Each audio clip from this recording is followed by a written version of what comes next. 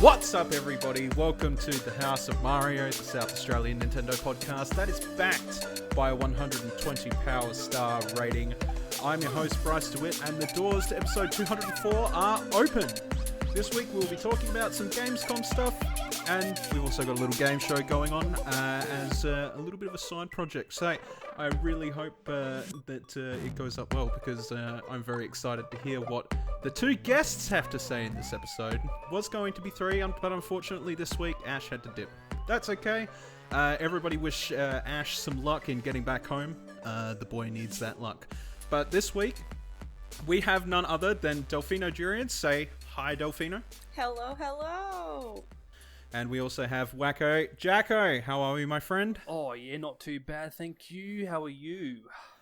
Oh, I am pretty good. It was my birthday over the weekend. I want to thank everybody for their warm wishes for a happy birthday. That was very nice of you all. Thank you so much. Yeah, it was pretty busy. It will be for the end of time for me, because my daughter sits right before mine. So yeah, it always gets very, very busy. Got two birthdays at once. Yeah. I share a birthday with a cousin, so like on my 10th birthday, we went to their place and she had all her friends. I'm like, I'm here too, guys. It's my birthday too. Remember me, guys? Ouch. Yeah. Oh, well, it was alright. Oh, well, I mean, good time, good company. That's all that really matters, right? It doesn't really matter what the occasion is. That's right. At the end of the day. That's right. Well, we're getting a year older. Well, that's exactly right.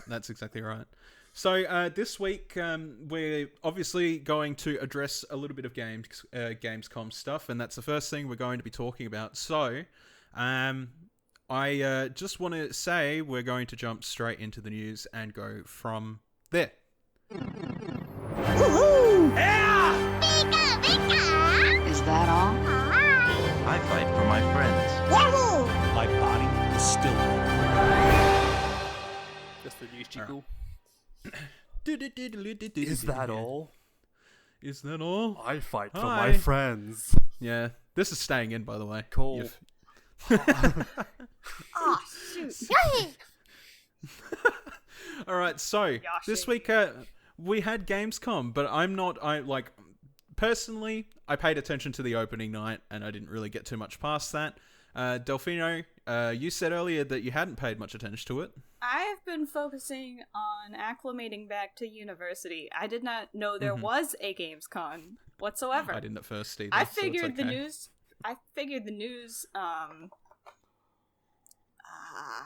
Sorry, I'm forgetting words.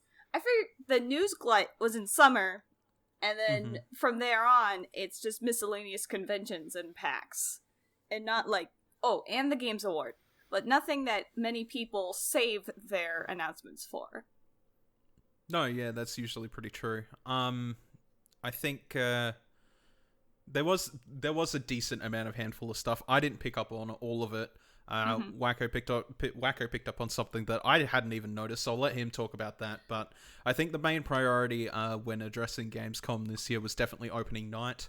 Opening night was extremely big in terms of relative news for both Xbox and PlayStation. Not so much Nintendo, I don't think.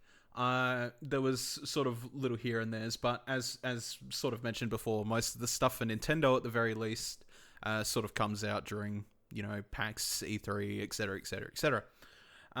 So I am just going to sort of roll over opening night and talk about the announcements there real quick and get a general consensus from you both of what you're looking forward to. I know that Wacko's already got something on his list, so that's okay. So first off is that Saints Row is getting a much needed reboot. I did hear about this. Yes. Yeah.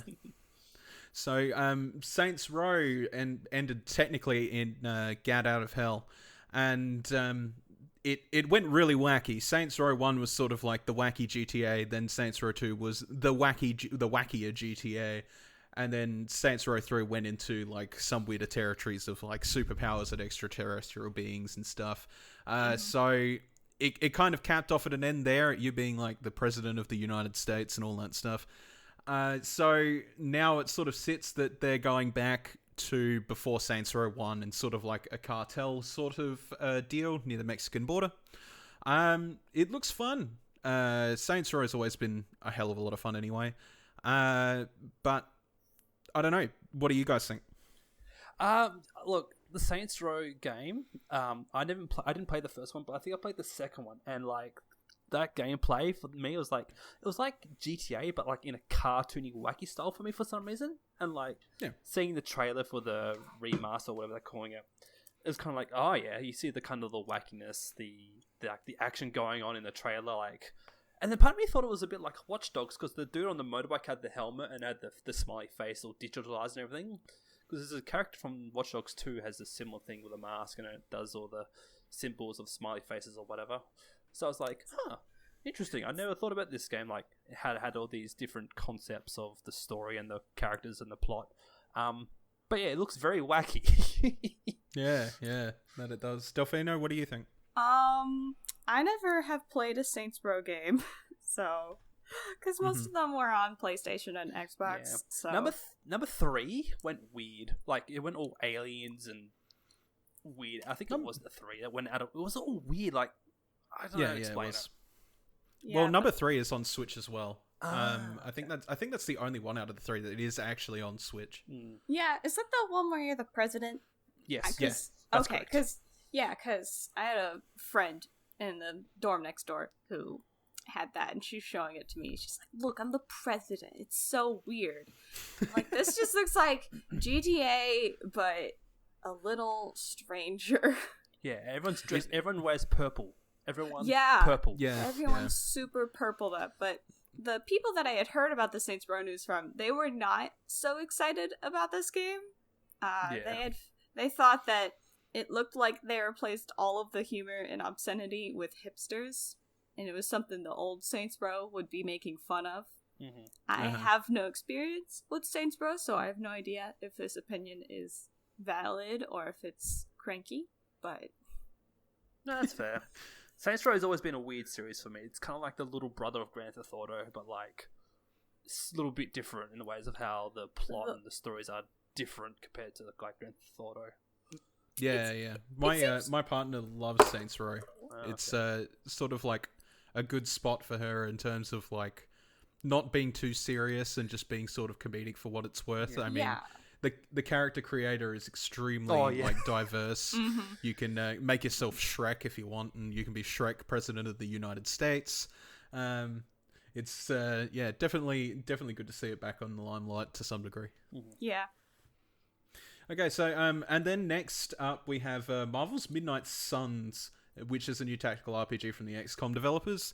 Good to see that the XCOM developers are getting their hands in sort of a bigger property, which is nice for them.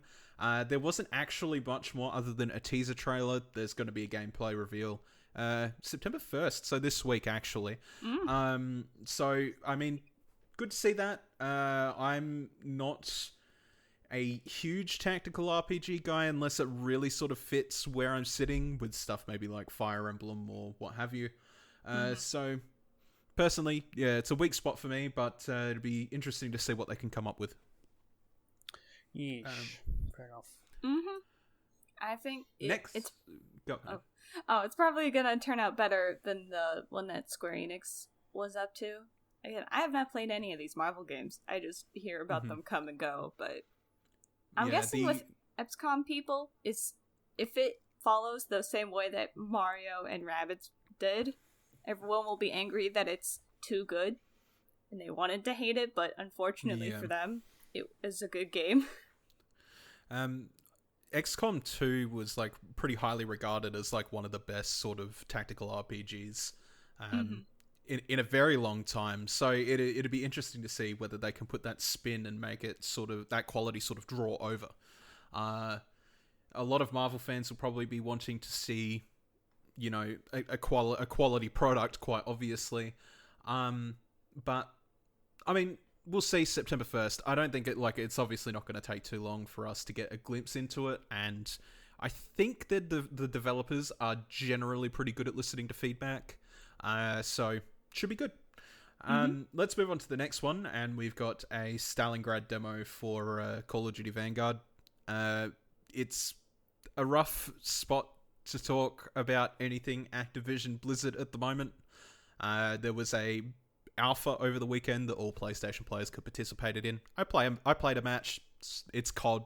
There's not much else to sort of elaborate on that. I don't really want to give it too much attention because I'm still extremely mad, and as most people are with Activision Blizzard. So basically, it looked fine, but whether that will warrant your purchase will largely depend on how much of a COD fan you are and whether you are fine with supporting it as it is. Obviously, I don't want to bash it too much. I'm just kind of trying not to talk about it, so we'll skip past it. There was another Halo Infinite trailer, and we finally have a release date for the game, which got leaked. I think it was like 2 days prior, actually. I posted it in the Discord. I think a lot of people have been waiting for Halo Infinite so long that they're starting to itch real bad. It was announced, I think it was on the same day, that Forge and Co-op Campaign won't be returning until, I think it was next year for Halo Infinite, which kind of sucks, but the multiplayer flight test went pretty well. And I think most people are keen for it regardless. It is just kind of disappointing to see that this game was intentionally, like, it was delayed because people were not happy with the way it was looking. It was supposed to be a launch title for the Series X, so that was a real big wound for them. I mean, I'm a big Halo fan, but what about you two? Obviously, Delfino, I'm not sure about you. No. Wacko, no idea. No. Halo is a game I've played many times. I skipped 2. I played 1 and 3. They were quite diverse games. They were very good games. Blasphemy. Yeah, okay, fair enough. Halo 2 was so good. That's my favourite one. Yeah, I don't know why without I any 2. question. Can't remember why. There was... The thing with Halo 2 was there was a lot of Easter eggs and a lot of glitches in Halo 2 that just made running through the campaign fun. And I think that was sort of like its most important value. Is how broken it was.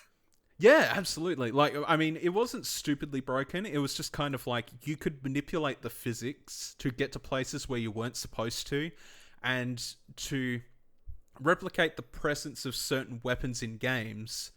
So, like, for example, there was this big robotic mechanical spider thing called a scarab. And it had a specific weapon in the levels it was present, where it would fire a giant plasma ball, right? But they actually coded the game so that the weapon must be in the level for it to be replicated. So they made a what looked like a standard plasma rifle, but when you picked it up, it would shoot these giant balls of plasma.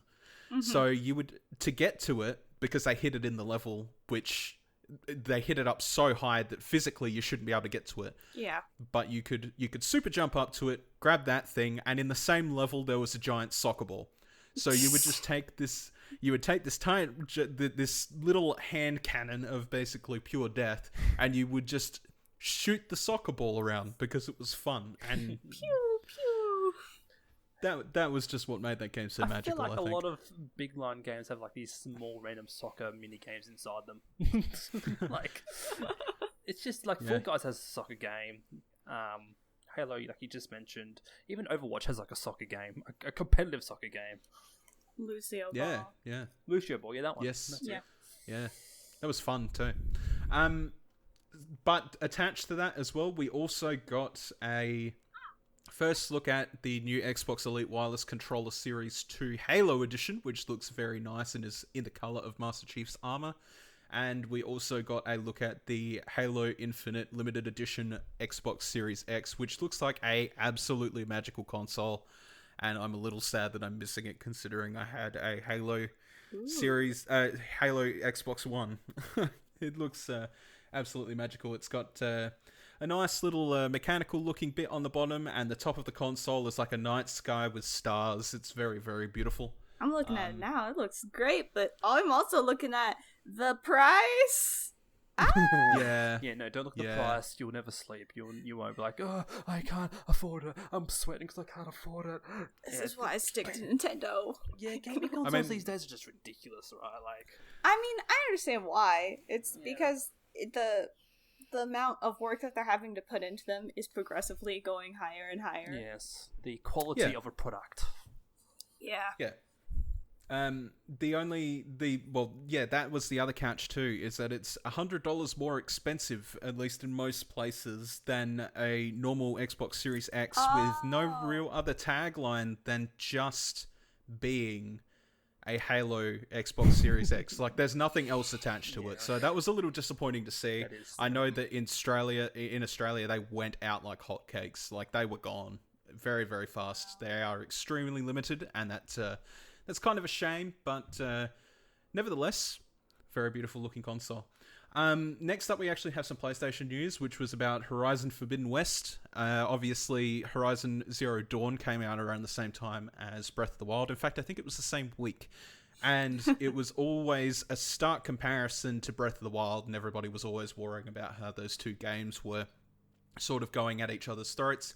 But everybody's been very excited for Forbidden West, and unfortunately it had to get delayed into next year, which is fine because I've just picked up a PlayStation 5 and I've already got way too much to play anyway.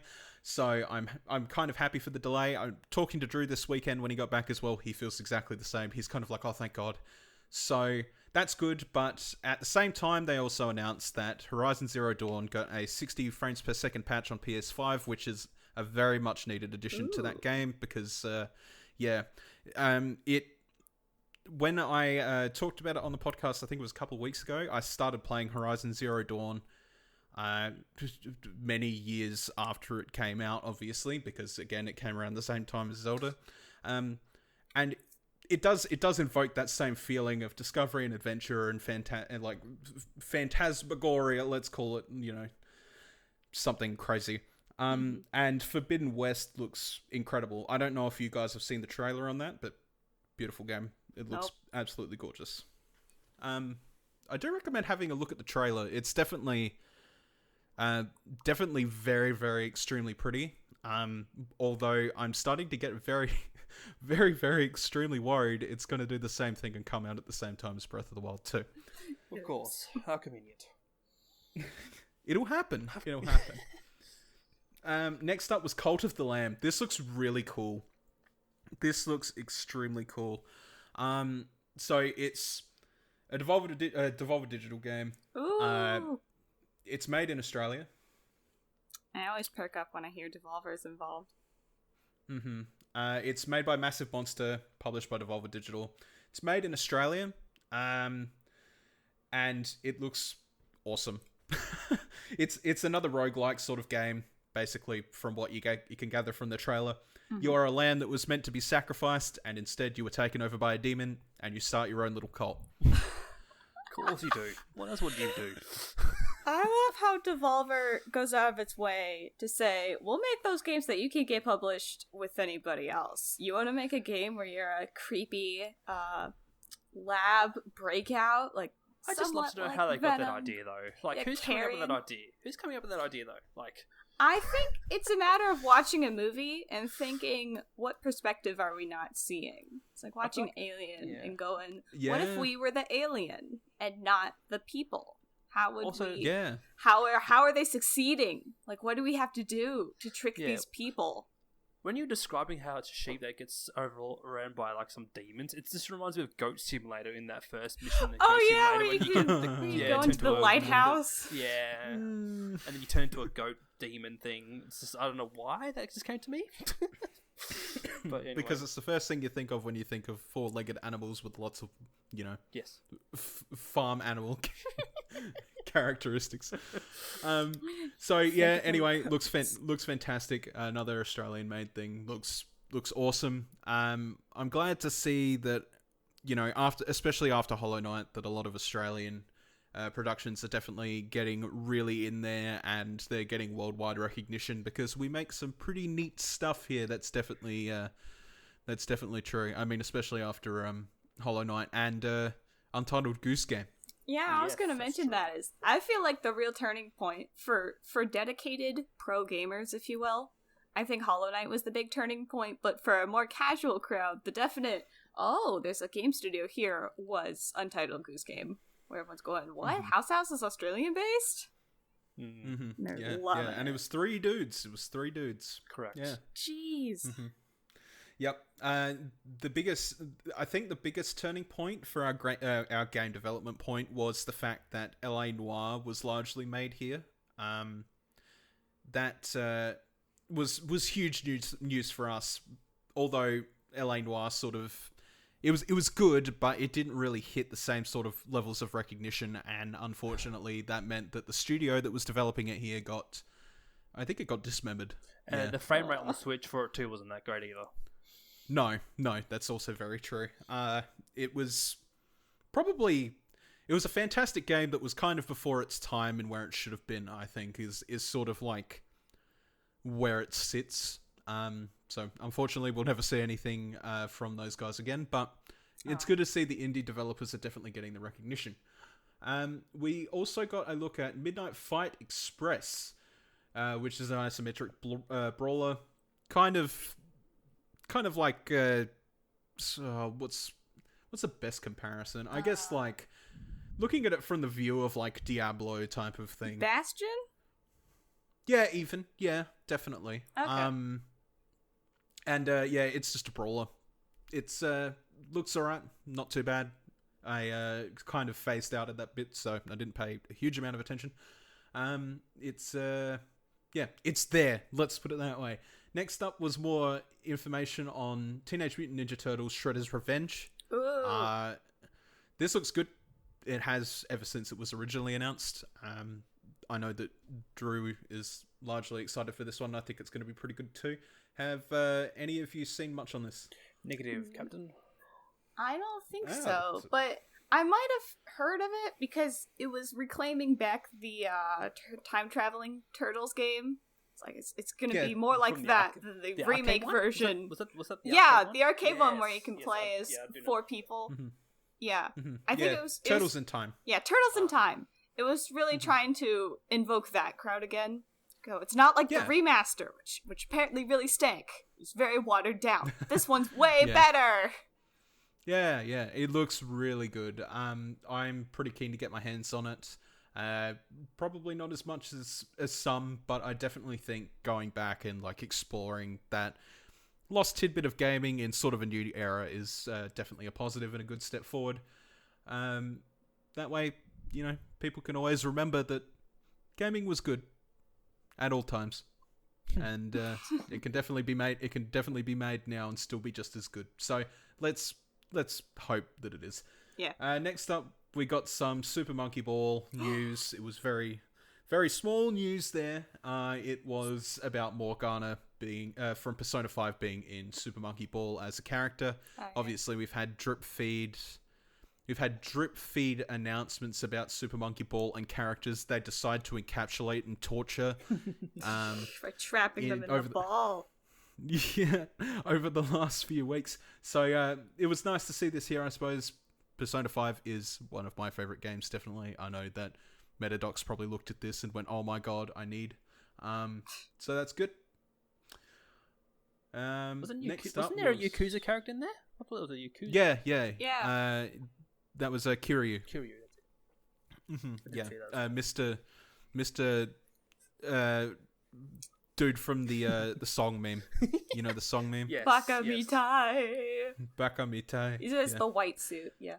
I'm glad that Sega is flexing their franchises. I feel like it's a thing that Capcom also has been suffering from, where back in the old days, they had so many franchises coming out of the meat grinder, but as video games took longer to make, more resources, more budget, they really had to cut down on what franchises get the spotlight. They had so many fighting games, but at this point, it's only Street Fighter, maybe another one. Darkstalkers is officially hidden away. But I'm glad that they're flexing their IP and going, alright, what can we do? I think the funniest character to be put in a ball for Super Monkey Ball would be the Sega Saturn mascot man. Yeah. Because if they put the Yakuza man in the ball, they could put people in balls. It's very possible that we could get the Sega Saturn man. Poor Kiryu. That's all I gotta say. That poor man's been through enough. So we'll move on to the next part. We've got Splitgate. This is I think it's a free-to-play shooter. I actually can't remember all that much about Splitgate. Splitgate is getting a Season 0, I guess, Battle Pass and all that, I believe. Yeah, it's a free-to-play shooter. It's basically guns and portals, free-to-play shooter, sci-fi shooter. If you're into it, I'm really sorry. I don't actually know that much about Splitgate at all. Haven't heard all that much. I'm assuming you two haven't either. No. Negative. Yeah, so it kind of a bit hard to comment on it, but yeah, congratulations on getting a Season 0, Splitgate fans. Yeah, congratulations. Well done. Very, very happy for you. We got a new game called Riders Republic. I believe that's a snowboarding game. Which, when was the last major one we got? I think that was Steep. Steep, yeah. Right. Well, although Steep, wasn't that a combination of like snowboarding, mountain bike riding, and the free? I think it was eventually. That sounds like a triathlon game. Hold on, Google. Here we go. Google's your savior. Skiing, yeah, skiing at the fly. No, what should I call it? Not fly suiting. You know the dudes that jump off high. Wingsuit. Bungee Wingsuits, jumping? Yeah, that thing. No, not wing. No, the wingsuit thing. Yeah, wingsuit stuff. I guess you call it. Mm-hmm. Yeah, so wingsuit, Yeah. skiing, snowboarding, and I think also mountain bike riding. Beautiful.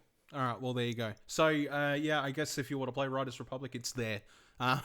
It's another thing that I didn't pay much attention to. Actually, I might look at that. Actually, that because back on the I don't know. This is going way off a tangent. On PS2, there was a game called Downhill Domination. It was just mountain bike riding, but there was combat as well. And part of the combat scheme was you had every time you hit someone, knocked them off the bike, you upgraded your weapon. So you started with a stick. You went off a punch, kick, stick, and then you got to a point where you threw water bottles at opponents.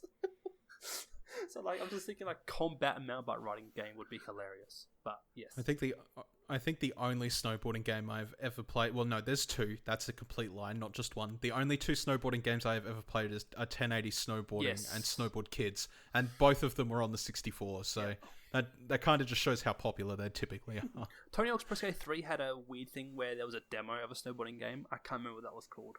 Sean White. It was Sean. Might have been Sean. Yeah, Sean White. I think it was Sean White's snowboarding, but they had a lot of experimental era games. Like they had Matt Hoffman BMX and stuff like that as well, and they all tried to make them in the Tony Hawk's engine, but none of them really took off the same way. Next up is UFL, which is a free-to-play soccer simulation game. I guess trying to capitalize on that market that FIFA has definitely pushed forward in popularity all over the world.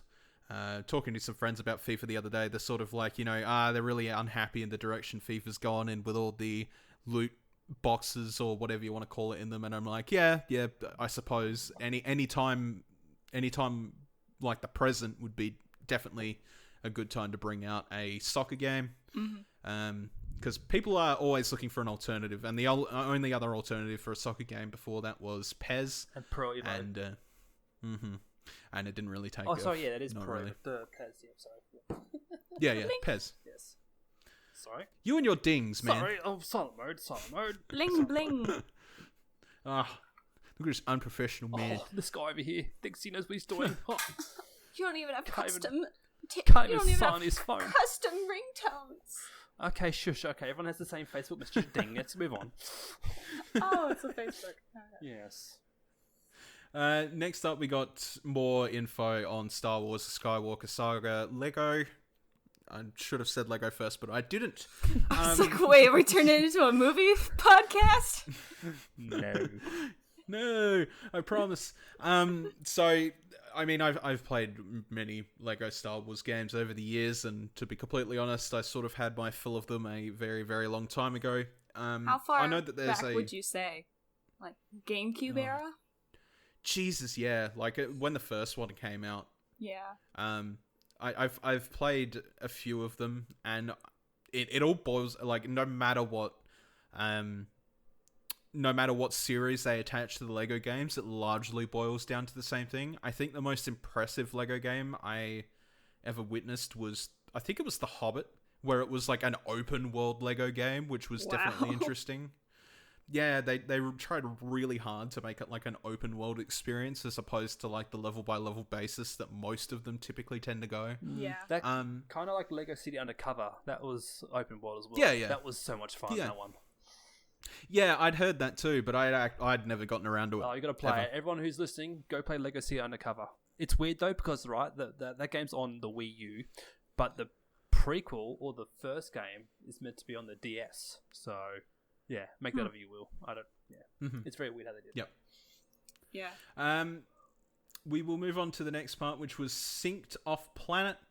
It's a companion shooter set in a techno-apocalyptic future. I should probably actually mention this is all from press start, so if I don't know what I'm talking about, I'm going to read their description, and some of it is there for comedic basis, not much else.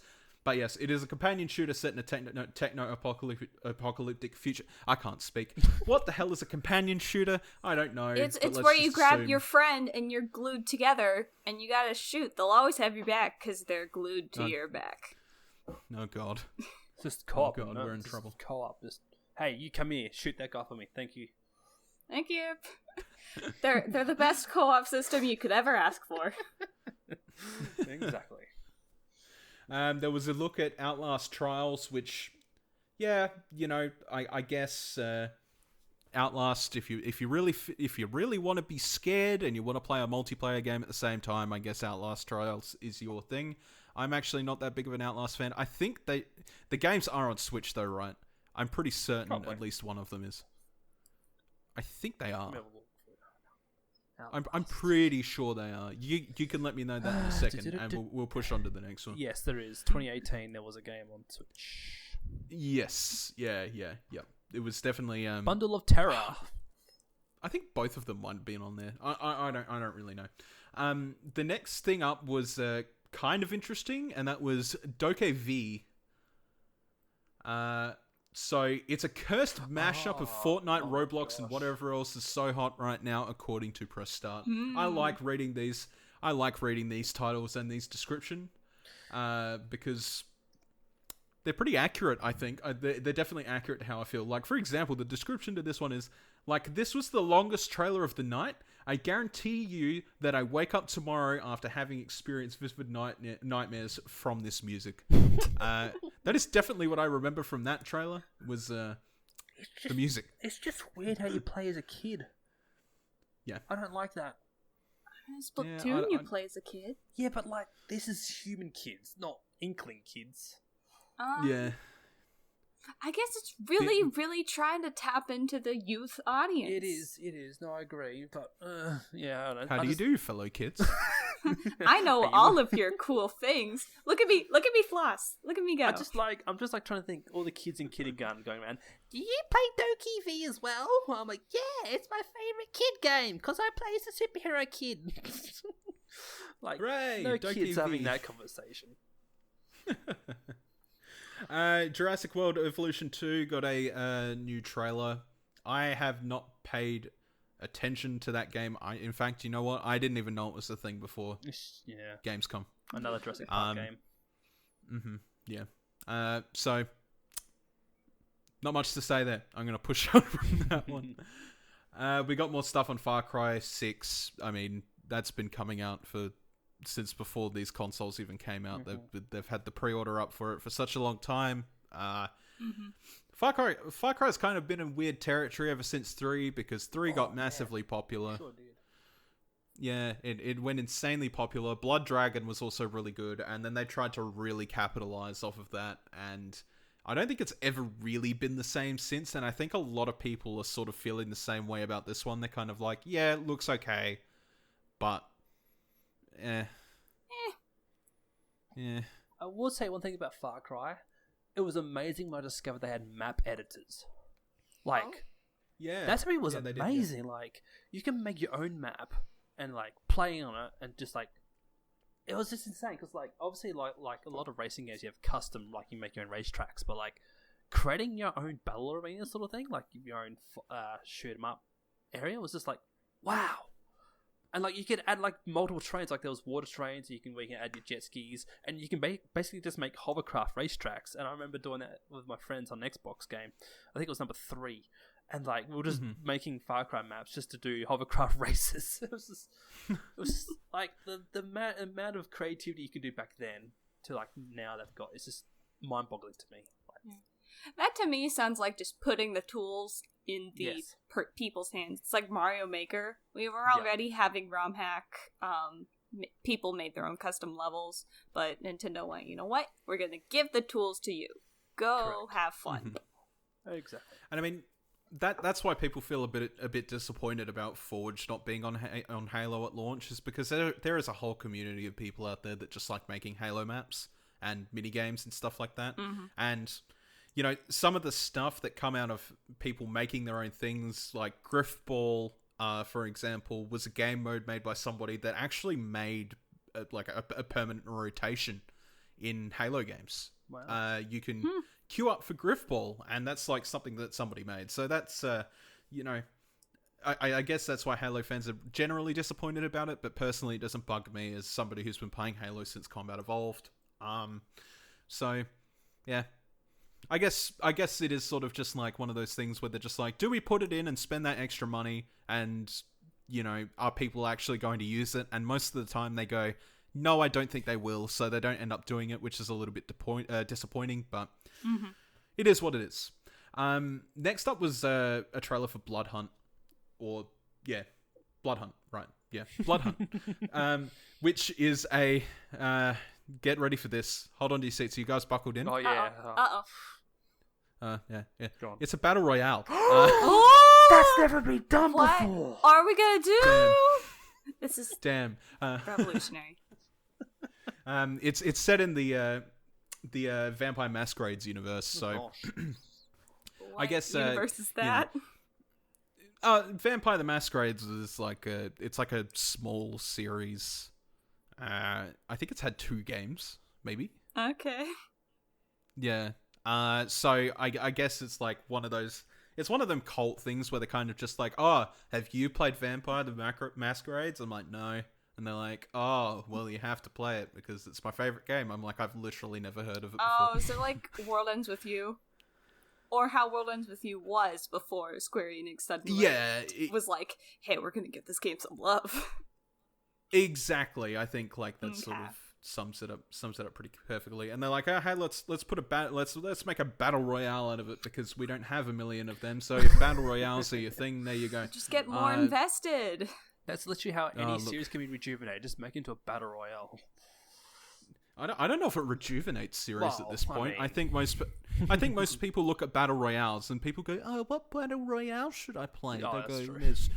"There's Fortnite and there's Apex Legends and there's Call of Duty Warzone, and those 3 are pretty much all people play." Yeah, and there's like a million they're the battle royales out there. It's a bit to me like gacha games, which at this point are so like at this point they're dying out before they're going anywhere. But I think it's more like the mobile version of anything. It's a gacha game.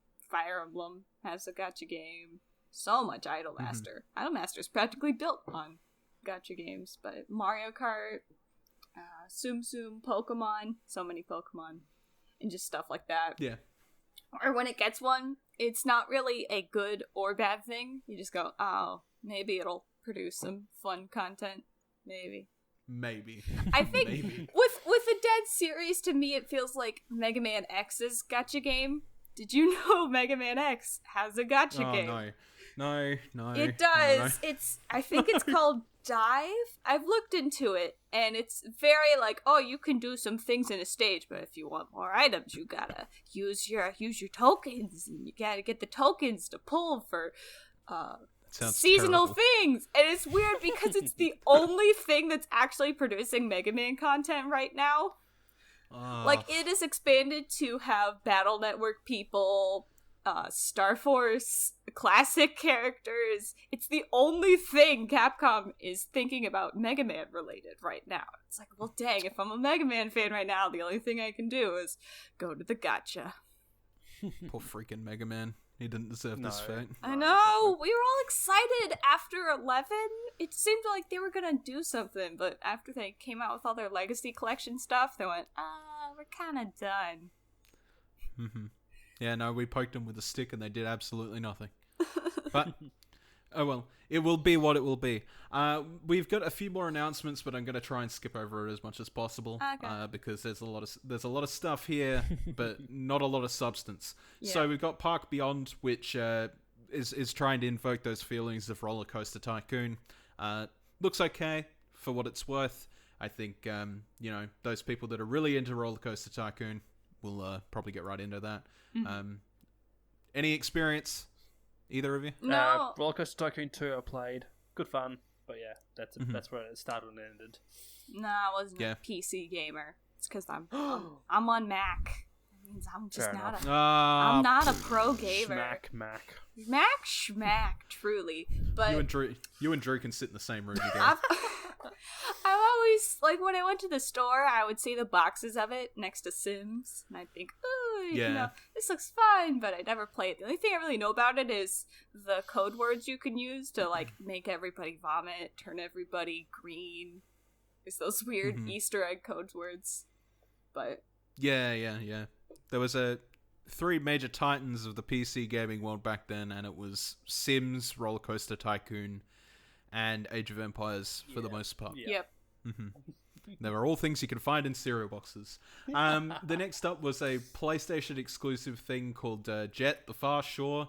It was made by the people who made Sword and Sorcery, which I feel like I've heard of that, but that might also be a book series that I've heard of. You know what? I think it's I'm thinking the same way personally. Was it a game or was it a series? Who would know? Find out but next we're just gonna say that they definitely got it right with the Far Shore, because I can't bloody well see what the hell it is.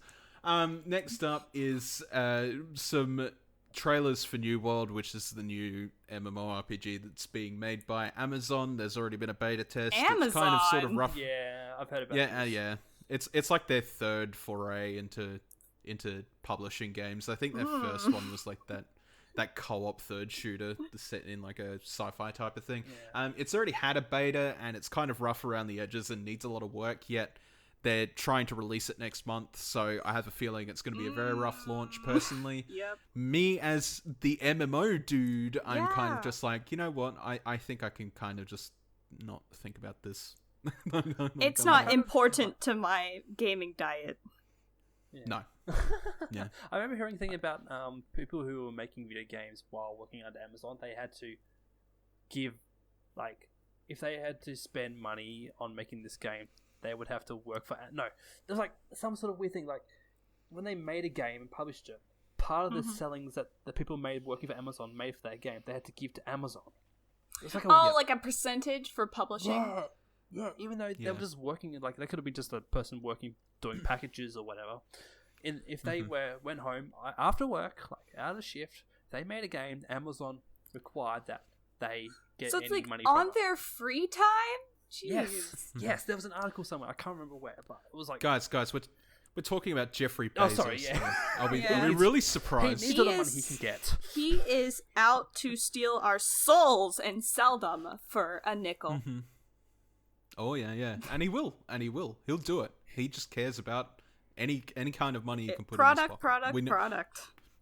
We definitely know this. So let's try not to give Jeffrey These are Bezos any more money. 100% confirmed facts. We are not a satire podcast. We are not analytics people.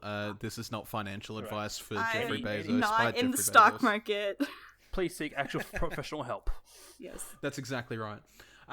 We've got Marvel Future Revolution. It's a mobile RPG. Hooray! And there's not like a million Marvel RPGs on mobile already. They just want to make more money out of Marvel as they can. So, oh well.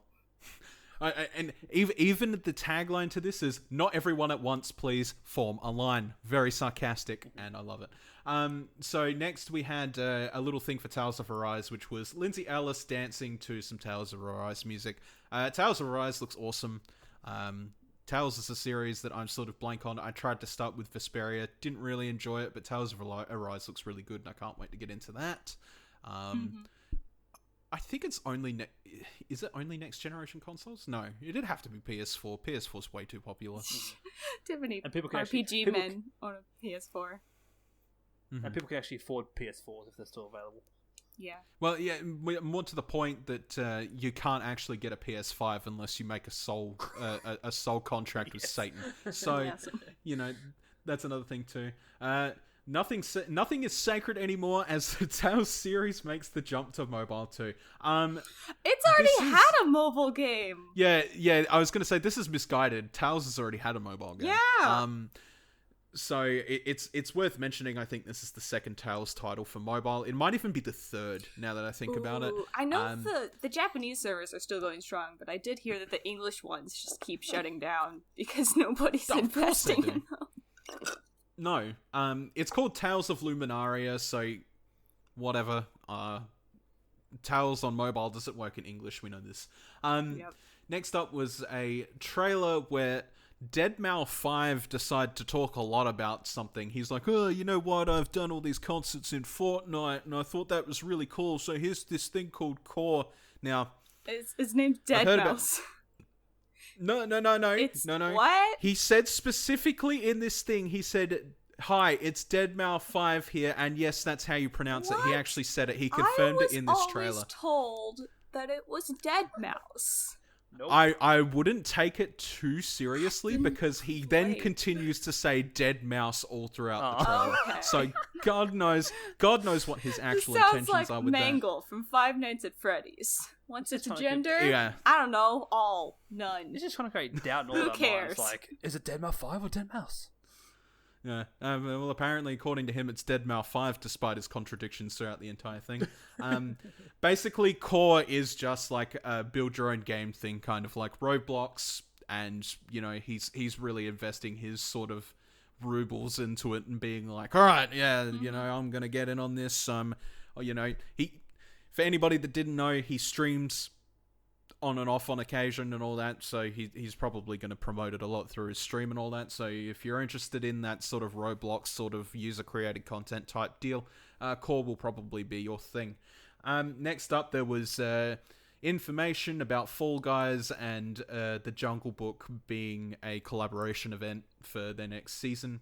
So What? cool. If you like, yeah, so you can get like a Mowgli skin, a Baloo skin, and a Shere Khan skin for your Fall Guy. So if you're playing it on Switch, there you go. It's not on you Switch can, yet, though, dress is it? up I as- don't think it's on Switch yet, is it? Is it? It's coming. It's been coming. announced. It's coming. It got delayed, that's right. Yeah. Yeah. But I mean, it's gonna be there. So this will be there when it is there. Epic Games likes to put their hands in everything, we know at this point. So Epic Games probably secured this for them. Good stuff. Next up was a trailer for Valheim's first DLC. That is a game that like went extremely popular on live streaming services, whether it be YouTube or Twitch, and I never paid attention to it. It's basically just from what I understand, it's basically Viking times, and you just go around doing stuff with your friends. You do Viking things in a Viking way. That's exactly right. So, you know what? Cool. Good. Fantastic. Good for the Viking. This sounds like that Pirates game where you'd man a whole pirate ship with Sea of your Thieves. friends. Yeah. Yeah. You know what? I actually think it probably does invoke the same thing, which is why a lot of people got into it. Yeah, I mean, I intend to play it one day because I've heard many good things about it, but I will wait until it's updated a bit because I think it's technically just come out of release. It just come out. It was on the Epic Game Stores just recently too for on sale. So yeah, I mean, I'll pick it up at some point, but nevertheless, Crossfire is a multiplayer shooter that's coming out. Is it Xbox exclusive? I don't think it is, but it was announced at the Xbox showcase anyway. It's just another multiplayer shooter, as if we don't have a million and one of them. More.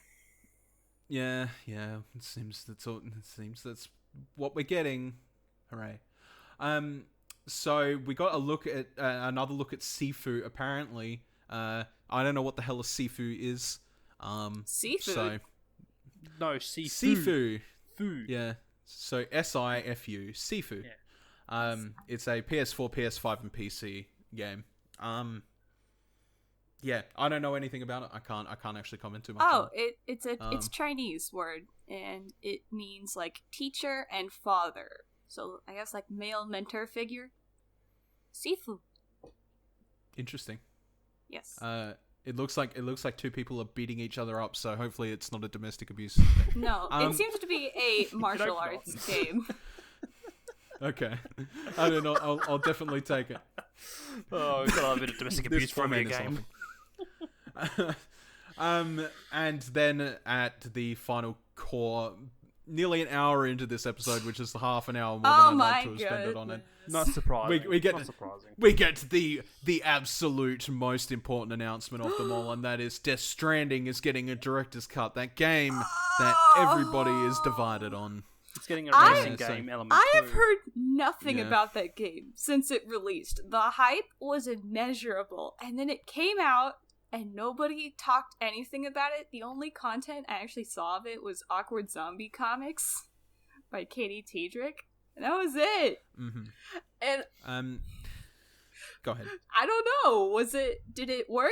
Did it not work? I'm guessing everyone was disappointed, and they couldn't sing its praises, but I mean, was it unplayable? Was it buggy? I saw someone make a YouTube video about the game announcement, and they were like saying, "What's the point of releasing the original game if you're gonna make a director's edition not even a year later? Like, what happened with the first game? Was it something that someone wanted to do but someone else didn't agree, and then that's the other thing is I thought Death Stranding's whole point was that Kojima had broken free from the shackles of Konami, and he was free to do what he wanted. And now they're saying no, he didn't actually get to do what he wanted, but this time we promise it's going to be much better. That's like, what's the point? It's like, geez. What?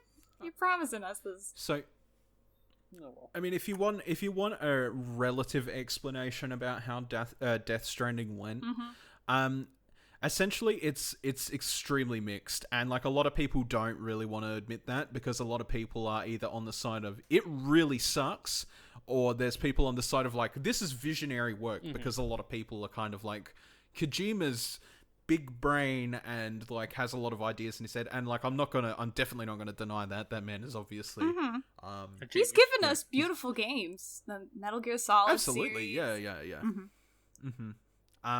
But the general consensus of the game is that it's a delivery simulator. It's the worst idea ever. and you build the world around you. Well, here's the thing: a lot of people seem to enjoy this game the longer it goes on, right?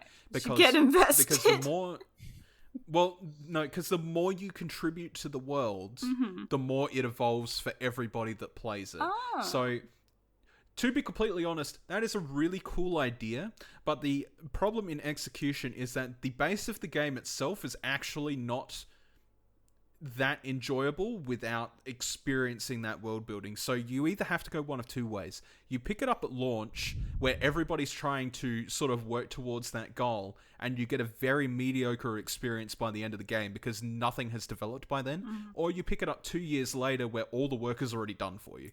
Does that make sense? Yeah. Like, there's no real middle ground in where it sits. And like I said, there's a lot of people that swear by it and they're like, oh, this is really good. And there's a lot of people that are like, oh, it's really bad. And I don't think that will ever change because of the way he intended it to go. And that was basically everybody should be playing this game sort of like on and off every now and then, maybe do another playthrough in 3 months and help contribute to the building of roads and stuff like that.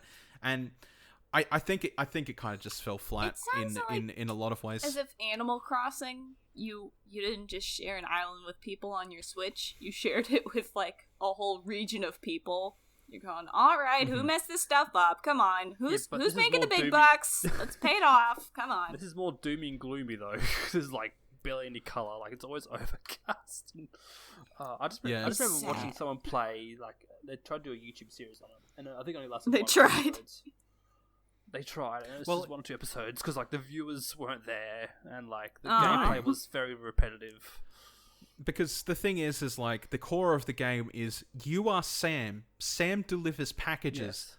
you walk across it like, and this is what I mean. It's like at the start of the game, there's no roads to help the traversal or anything, so you're kind of getting the harder experience of the game, right? Yeah. And you're not experiencing like this world building around you because you're one of the first players. So it's kind of just like you get through the game, you're like, cool. So I just ran across a giant ice field with a bunch of packages on my back, only to trip over a small rock on the ground and fail the mission because there's no developed roads or anything yet to avoid those rocks. Oopsie. Right? This Yeah. sounds... So it is really hard to judge that game. Fair enough. I'm guessing the story is nothing to talk about in that case. No, It's a story. no, it's a story, It's- and like that's sort of the thing. I think like Kojima had his thing with Jesus, what's his name? Guillermo del Toro? No, Okay. the actor that they used. God, he Oh, plays Norman Reedus and the Funky Norman Reedus, Fetus. yeah. Yes. and the Funky Fetus. That yes. is how I God, remember how did his I not name. Remember it from that meme. Oh, God. That's how I remember. I should have. Oh, God, I can't believe I didn't remember that. But yeah, I think he has this friendship with Norman Reedus. He's just like, look, I know PT didn't work out, but I really want to get you in a game, and he did it. You're gonna be huge. But I promise you. Just stick by You're my gonna be side. huge in the gaming world. Just stick with me. And then Keanu came in and stole all the attention. Literally did. So yeah. Anyway, so that was pretty much it from opening night of Gamescom. Although, Wacko, do you want to mention that thing? I mean, I've done some research about the thing that I was going to speak up. All it was a playable demo. It wasn't really announced or anything. Like, the game itself, I'm going to mention, was announced back in September 2020, but it was a playable demo at Gamescom. So the game is called Just Sucks Recharge. Now, for those who don't know what that is, there's a little indie game developer studio in Melbourne called Samurai Punk. Now, Samurai Punk are responsible for multiple other games such as Screen Cheat, The American Dream, Feather, Roombo First Blood, Screen Cheat Unplugged, and this latest game in the Roombo series, Justice Sucks Recharged. Now, for those who don't know what Roomba is, you basically play as this little Roomba vacuum cleaner who is protecting a home from home invaders. And your mission is to kill those invaders as unnaturally gory as possible as a Roomba. So I was looking on Twitter the other day. It's true. It's such a stupid, crazy idea. But I'm loving it. It sounds like one of those Steam ideas, like Collateral Damage, where you are a cat and you need to destroy the room. You have to. So these guys, Samurai Punk, this is basically the sequel to the Roomba First Blood game.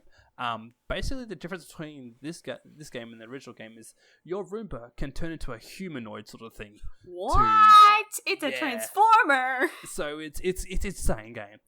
And yeah, Samurai Punk, like I said, a little indie development game. I want to shout out them too because they, for the Splatoon scene in Victoria, have kindly let us use their studios for Splatoon 2 lands, and yeah, some of their members actually are very prominent in the community, and they're the best people that you can talk to, and also they turned out to be very good game developers. So Wow. yeah, I can't get over the fact that it's a pun of Rambo First I know, Blood. it's great, isn't it? Oh, Can't get over it.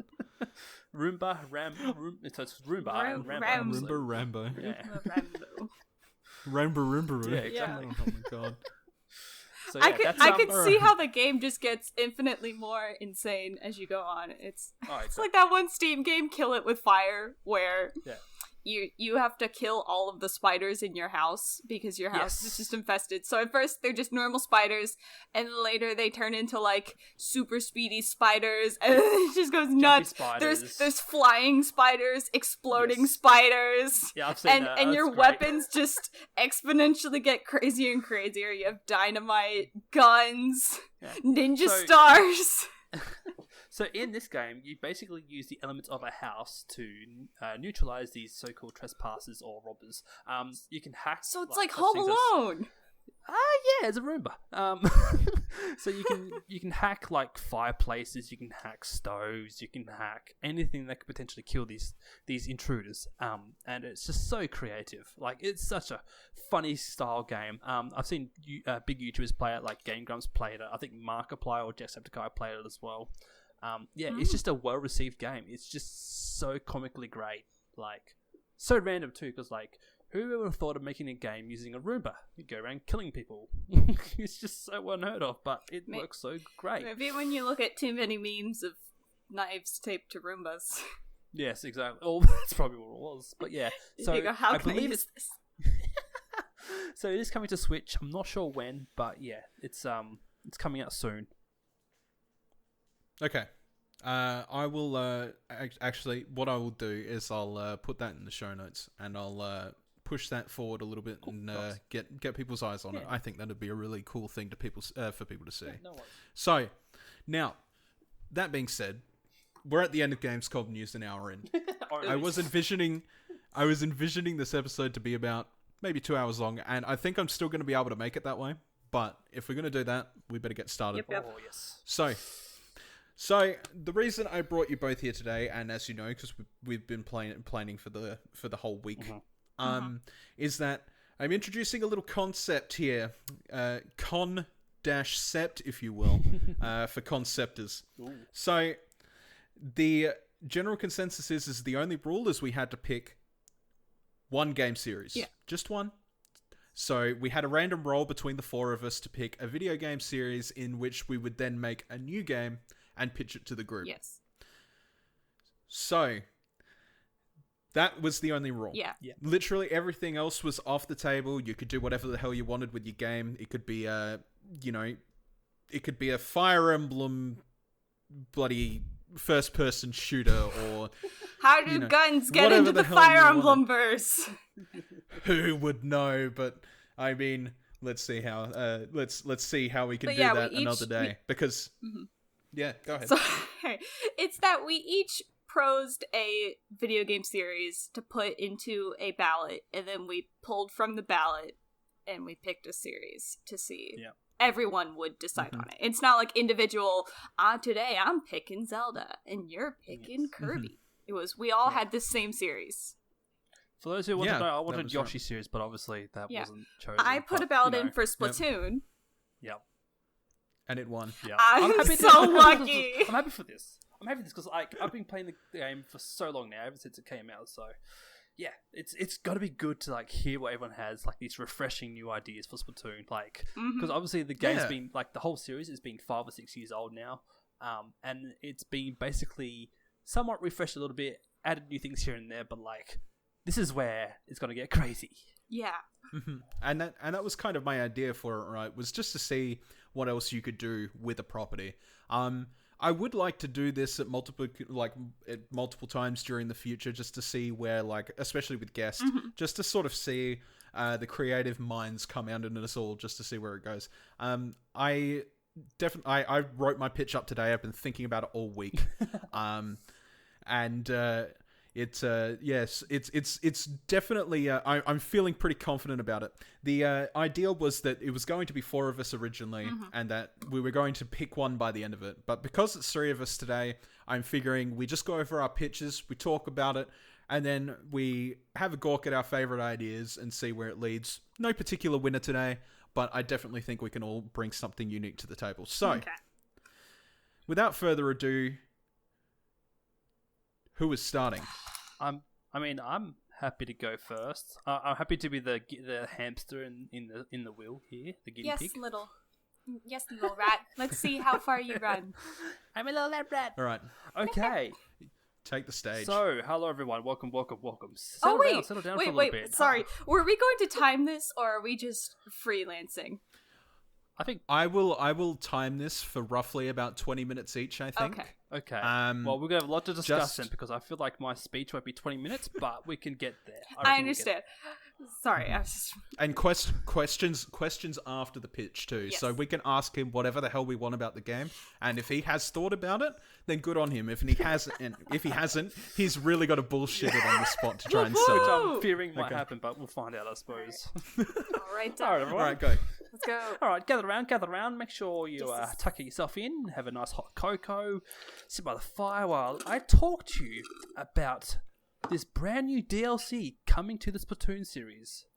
Introducing the brand new paid expansion to the Splatoon series, the Super Expansion. The Super Expansion, you ask? What is it? Well, let me tell you everything you need to know about this super expansion. Have you ever wanted to splat your enemies as Mario and throw green Koopa shells? Well, have you? I'll let you think about that for a little bit. I can't say that I have. Well, too bad. Now you can. Ooh! Play both as Mario or Luigi in this brand new paid DLC. That's right. The Super Mario Bros. Are coming to Splatoon. But that is not all. You thought that was it? Oh, you silly goose. Along with Mario Brothers, we are introducing 2 brand new stages and 4 new weapon kits. Ooh! I know, right? Shiny brand new things. Yes. Along with all these things, we're also introducing new gear. Let's start off with the brand new gear, right? Okay, for the headgear, we have a Yoshi head and Princess Peach's crown. As the top, the clothes section, we have a selection of Mario and or Luigi's overalls, as well as Princess Daisy's dress. Okay, and if that didn't tickle your fancy, we also have the 4 new weapon kits. Introducing the Super Mushroom Sploosh, the Super Mushroom Roller, the Starring Splatterscope, and the Starring Tri-Slosher. These weapon kits all feature a brand new sub and special, the Green Koopa Shell, and the special Superstar.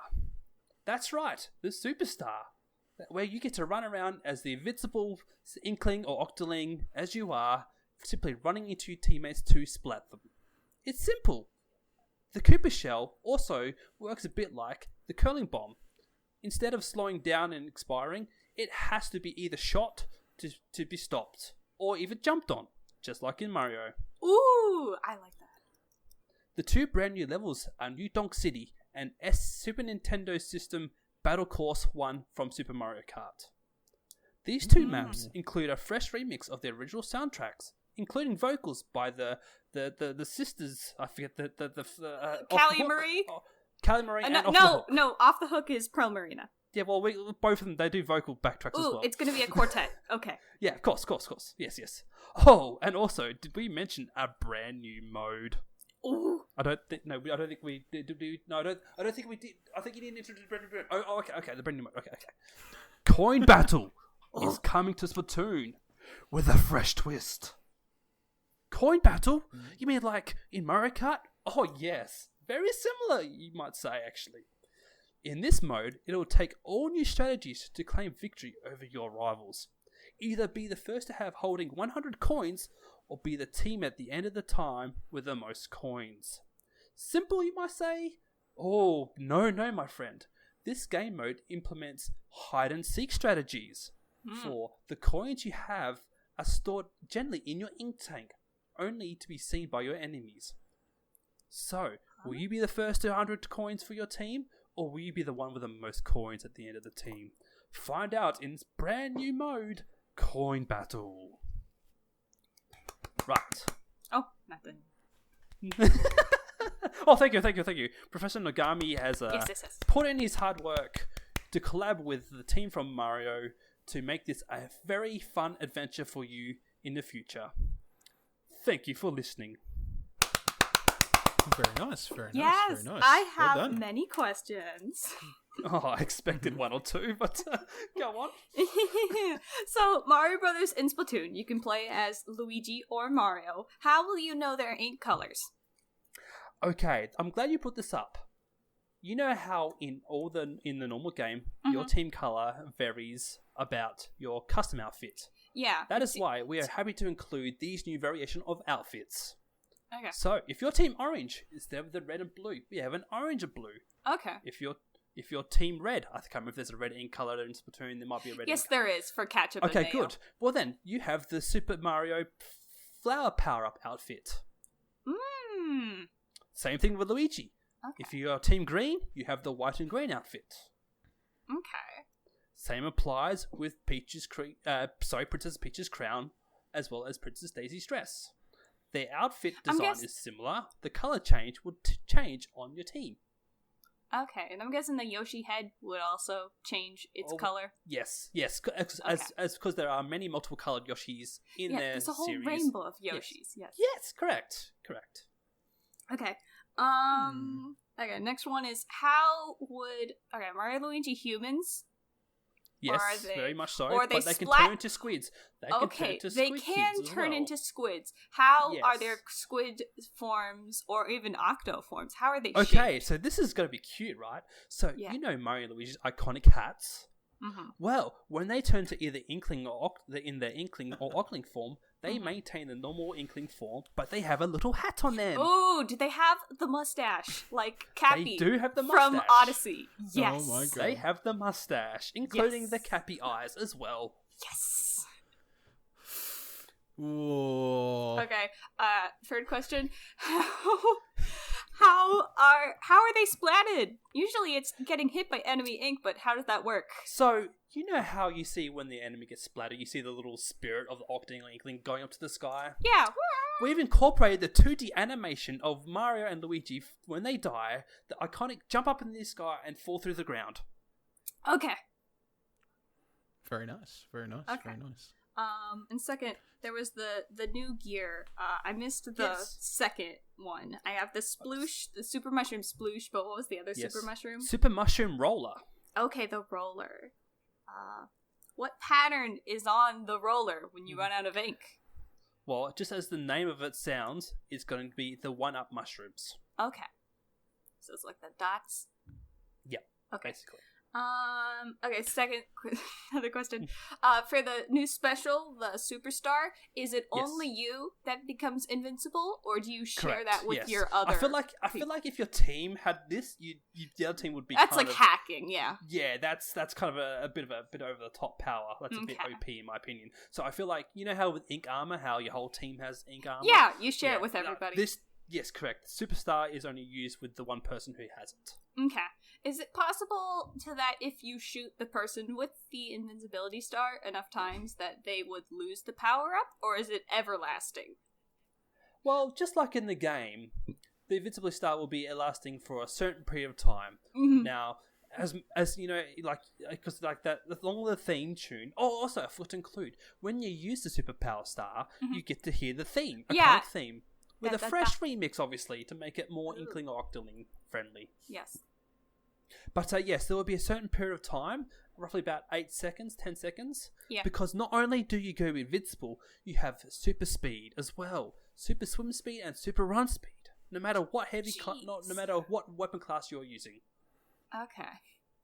Can you walk I have a very into good question. people? Oh, go on. No. Oh, we got first Bryce. Bryce. Yeah. Bryce. Yeah, first Bryce. Go on, Bryce. I have a very good question. Yes, sir. Will there be any additional Salmon Run content? Ooh. Oh, he's got me there, folks. He's got me there. Yes, but yes, yes. I will make one point though. When Octo Expansion came out, there was no DLC from that affected Salmon.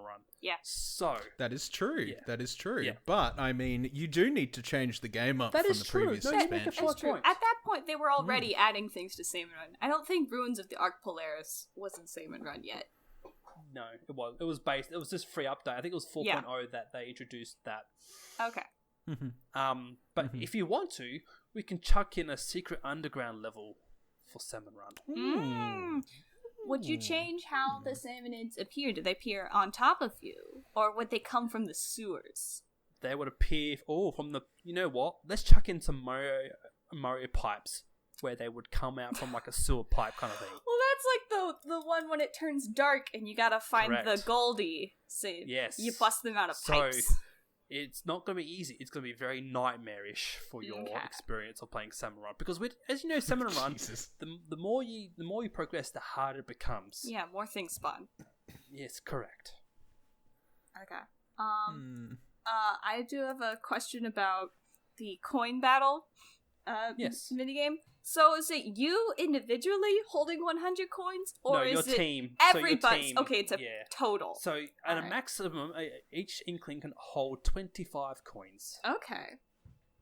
Explain to me how this is different than Clam Blitz. Well, clam bits, you see, you have to break a barrier, right? Mm-hmm. Clam bits, all the clams are scattered around the map in certain ways, whatever. You have to make a power clam to shoot into a barrier. Then you have a limited time, obviously, to score many clams as possible. Right. This game, however, doesn't require a goal. You just have to simply go around and find all the coins Okay. scattered along the map. And the only way, if there's, for example, if both teams are locked at 50-50, you have to start combating one another. Okay, so there are only 100 coins on the entire Correct. map. Yes. Or we can make it different, where we can put 199. We can put 101 coins. Yeah. Because that way, if one team's got 50, the other team's got 51, that would make the other team have to fight for the other team. Yeah, it would help with tiebreakers. Correct. Okay. When you're splatted, do you lose all your coins or only a certain amount? I feel like you should lose only half the amount of coins. Okay. So As per the Mario Kart sort of logic, how Right. when in I fall, think you lose half. 3, which is about a third. Yes, correct. Will this coin mode be seeing a ranked and competitive ladder? Well, it should be. I believe it should be too. I was originally thinking myself as just a casual mode, but I thought no, I feel like a ranked mode would be best as well. Because that way you'd have 5 ranked modes, because you have Clan Blitz, Splat Zones, Tower Control, and Rainmaker, and then you have Coin Battle as part of the Mario Super expansion. Will the coins be placed randomly through the stage, or do they have predetermined locations? No, so when you start the game, like in Clan Blitz, the clams are scattered everywhere in the map. So we're going to keep that same sort of logic for the game. Okay. However, the more you put, like, once there's a lot of coins have been collected from the base spawn, the more you paint, the more chance of coins randomly appearing in front of you. Oh, so you so get it's rewarded like, for painting. So it's like sunshine, where when you Correct, spray the water. correct, Okay. yes. There you go. Yes, Okay. exactly. Also, Except you're turning around and doing the opposite thing to what sunshine represents. Making everything dirty. I just thought of another idea on the on top of that. Okay. What's this? The bloopers in Salmon Run? We are introducing a new enemy, the bloopers. Ooh. Okay. Does that sound too? Oh, It's like some kind of mutated squid. It doesn't sound very Yes, correct. salmon inspired. Maybe it could be No. like a salmonid controlling a machine that has multiple arms. It does. It could be like the mothership. You know how the mothership comes in. Oh yeah. Oh god, I hate that thing. Yeah. I mean, The my blooper least could be favorite like- mode is Forever Griller.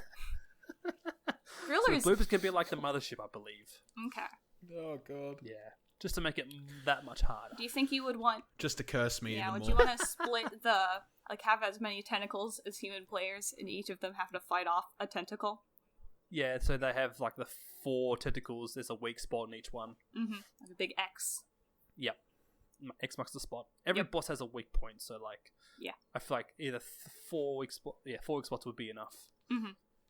And then And you'd have to. and you only have to do 25 damage to make it easier, because there's it's a big blooper, right? And the tentacles are hidden behind it, so you have to maneuver around, so you have enough time to get enough damage on it.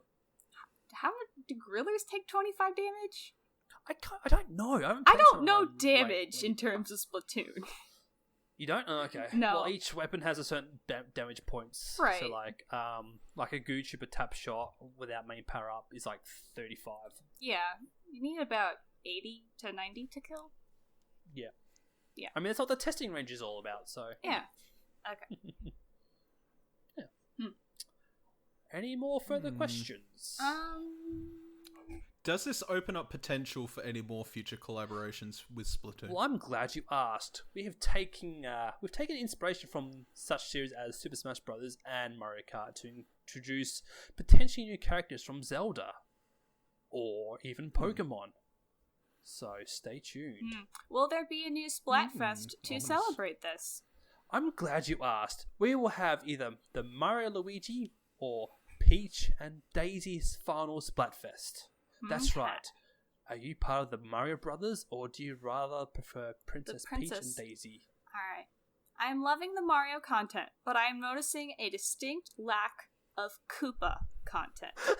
Whoa, did I mention to you the new sub weapon that is Koopa Yes, shells? it is the Koopa shell, but that's just the shell. There's I mean- a lack of lots of other things. I mean, you can only do so much with an expansion pass, can't you? Okay. I'm just saying, that is true. I feel like maybe there should be more Koopa-inspired things. Maybe some of the Yeah. weapons could be Koopa-themed. I mean, if you wanted to introduce like a slight single story mode, like in Octo expansion, you could introduce like the first 5 levels from the first world. So like you have a 3D version of a 2D platform where you can either shoot the Goombas and the Koopas or you can jump on them. Oh yeah. I also like you could probably just ink the walls and climb around them instead of jump. Yes, correct. Mm-hmm. So you could do that, and then you find a boss with like a Mecha Koopa, Bowser, but with like a weird sort of squid type mix. He's turned into instead a of squid instead of a reptile. Instead of roaring fire, it roars water, because you know how Octolings and Inklings hate water. Yeah. That makes a lot of sense. Yeah. My final question on this matter is, how many times did Miyamoto make you revision this design at last minute? Well, you know Mr. Miyamoto, he's always coming up with brand new ideas and thoughts, so we've had many discussions, many meetings with him. He's been very nice though, very open. He's so fresh to work with, because like he just thinks of something you would never think of. What is the most impressive thing that he added to your expansion through ideas? Well, to be honest, the Superstar wasn't originally my idea. Originally, I was going to have like a function where you had Pauline or whatever her name is, that they jump up in the air, and literally he made the whole team super jump, and that seemed like a good idea to me. But obviously not so much. Miyamoto thought maybe Superstar might be better. Because I thought maybe like the Tanuki feather could play a part with the jump up in the air kind of thing, but obviously no. Where you reflect back damage, like all the shots being shot towards you just bounce back. With that mechanism, you'd have to have very good timing. I'd feel. You'd have to have very good timing. Well, it'd only go up for like 3 or 4 seconds. Oh yeah, I mean, I guess. And then we got to look at the netcode on the Switch. Right? We know that. Oh yeah, it hasn't got dedicated servers, which has always been an issue, because obviously P2P and everything. But we hope that maybe one day the Splatoon, like every Splatoon player, hopes that one day would have dedicated service. But knowing Nintendo, they probably won't. So, but yeah, we just hope to change up the experience of playing Splatoon, because we have all the Super Smash Brothers and Mario Kart game where they've introduced characters from completely different series. And we thought we'd bring that to Splatoon. So we hope you enjoy this brand new experience. Thank you. That was very good. Yes, that was very good. I quite enjoyed that you pitch. went for an extra expansion. Yes. Yeah. Wait, one last thing. Do you have any bounces you would make to the game as is? Oh, not related to. how much to time Mario. do you have? How much time do you have? Just limit it to 3 changes. You have a minute and a half. No, I'd rather not discuss about it, because I could rant on about it a lot, but I'm not going to bother. Because honestly, if I'm going to say something, no one's going to listen to me. They're not going to act upon anything. Oh, yeah, they're not going to change it. I mean, the only one thing I'll say, which is very biased, is I'll say, because, like a lot of weapons have third kits. Please give the Gucci a third kit. The Swiffer's got a third kit. The Bambi's got a third kit. Charger's got a third kit. Give Gucci a third kit, please. Yeah. Please, Nagami. Please, kudasai. We can definitely see who the Gootuber man is. Yeah, and definitely. We can see who the Squiffer hater is. I mean, I don't have 6.7 million points on it, so I mean, like, yeah. I don't know how many points I have on mine. I'm like I think in the Western scene, I'm like the highest amount of paint on a Gootuber. Like, there's a lot of Japanese players who've got max points already, but in the Western scene, I'm the most, like, of any other player. Jesus. Yeah, I know. Jeez. That's what happens when you dedicate your time to one whole weapon. Like, dedicated people to like life. I mean, the problem is with the weapon is like it's low meta, like it's low tier, and like you have to be crazy to be playing that weapon, and like you're never gonna win with that weapon. But like, ooh, I know I always like the underdog kind of element to a thing like that. Like, people don't expect it to do good, but like if you know what you're doing and you know the mechanics and the numbers. Ooh, I actually do have my my stats pulled up. You can see them on the Splatoon app. Yes, on Splatnet. Yeah, on Splatnet. Yeah, so my highest is the Squiffer at approximately 287k. Oh wow, you've got a big catch up. I don't play this a lot. No. The Heavy Splatling, the remix, is at about 200k, and the Heavy Splatling Hero custom mode is about 123k. Okay. That's my Not bad. top. Not bad. That's pretty I've good. almost paid. While you're still discussing, Yes, go on. while you're still discussing, I'm going to look up my terrible stats because I haven't played in I I years. want mean, to guess. I'm I want at to guess that your about- top weapon is like sploosh or something like that. I feel Yeah. like, or 10 attack or sploosh. No, not sploosh. Splatter shot. Yeah. I used to play Aerospray a lot and Enzap, but I've transitioned to Aerospray. yeah, I was on the original Splatoon, but I've transitioned As well to as- a lot of my friend. long range weapons because I like to My stay friend out calls of it. Yeah, it's fair. My friend calls her an aero dork. Hmm. I play with this one friend, and she like has all these funny nicknames for weapons. So, Why like, is my it's favorite like stage Skipper Pavilion? My favorite stage is not Skipper Pavilion. How do I the change? pavilion even. Yeah, Pavilion. How do you say it? Are we gonna start this again? Are we? Mm-hmm. All right. So to keep myself in the loop on this, my highest stat weapon is the Aerospray MG at 142k. Oh, okay. Wow. Okay. That's not bad. That's not bad. Well, what's depressing is after that is Ink Brush is my next at 7,000. Oh my god! Oh, 7,000. 7,000! You used that thing in like 8 rounds. Splat Dualies is 5.8. Well, that is I have not played. that is Splatoon in actually that better long. than my stats because What's... under my 3 mains, the only one is the Tentatek at 23,000, and then the Carbon Roller Deco at Oh, no. 2,000. Yeah, What's... 2,000. Is that by... Go by wins. Go to the back to Spain and go how much wins. Like how many wins. What's the highest wins weapon? How do you know that? If you go top of the selection bar, there's a little down bar. You Oh, can yeah. click on, and it should say wins. Wins. Yeah, you're right. Squiffer, Splatling Remix, Hero Splatling Replica, Carbon Roller, Doolies, Blobber, Splatbrella. People at home, etc., play etc. along. Open up Splatnet and check how much, like your highest point weapon and wins and Yes, let us know. whatever. And compare it with me. 6.7 Yeah, million I don't win wins. a lot. I'm usually the lower. My current win to loss ratio is about 2 to 3. Oh yeah, no, I never look at that. That's grim for me. It always stinks. But my wins on GooTuber is I think like 3,715. 3,000. Oh shit! Yeah, well you know, Mine's I'm only on at GooTuber. 200. Jeez. Yeah, like I said, play along at home. Yes. Oh my god. Okay, we are getting so sidetracked. Okay, yeah. We whose are. turn? I was about to say it is now time to move forward with the next pitch. Yes. That was a very good Yes, pitch, I my like friend. it. Yeah. I enjoyed that a hell of a lot. Thank you very It much. reminded me of Yeah, the Animal Crossing 100%. Mario Oh expansion. yeah, yes, with the items and everything. yeah, as well. yeah. Cool. Yeah. All right, so we need to cut this down. We've cut this down to 2. So who's going to go next? I can go, or you can go. Rock paper scissors. Oh wait, this is an Okay. audio format. You can't. Yeah, we can do it. Think of a number, Jacko. Okay. 1 through 20.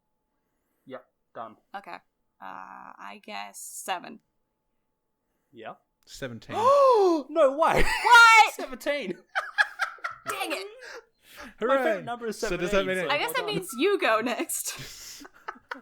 Okay. All right. Just All right. happened, All bro. right. That was amazing. He read Alright, your so, mind. I know, it's scary. Welcome everybody. yep. Welcome to Yes, my yes. little stage yes. here. Bravo. Yes, Yes. Very quiet. Yes. Beautiful. So today I have a nice little treat for you. And this nice little treat for you is not a transition, if you will, but like more or less an exploration into a new genre for Splatoon. Okay. This new genre is real-time strategy. Oh. Okay. So, the title of this game will be Splatoon Intruders. What a name! What a name! The puns! So, The puns. So, yeah, look, you've got to have squid You puns gotta- in a no, you have Splatoon to. game. That's how it is. So, Intruders is an RTS set within the Splatoon universe, set around the time between Splatoon 1 and 2. Join a secret corps known as the Intruders as they take the front lines into unknown territory as a budding strategist as your team aims to uncover the motives of the Octoling threat deep within the pits of the Octo Valley. The Octolings once lived in harmony with the Inklings as a united nation, but one day all the Octolings disappeared, only to suddenly reappear later, causing chaos and stealing the Zapfish. That is a cornerstone of life at Inkopolis. Ugh. Listen, I can't talk today. Okay. That is just not what I'm doing. DJ Octavio was thought to be the only real threat. However, sudden murmurs of a Doc Octopod suddenly arise, prompting the intruders to make a full-scale investigation.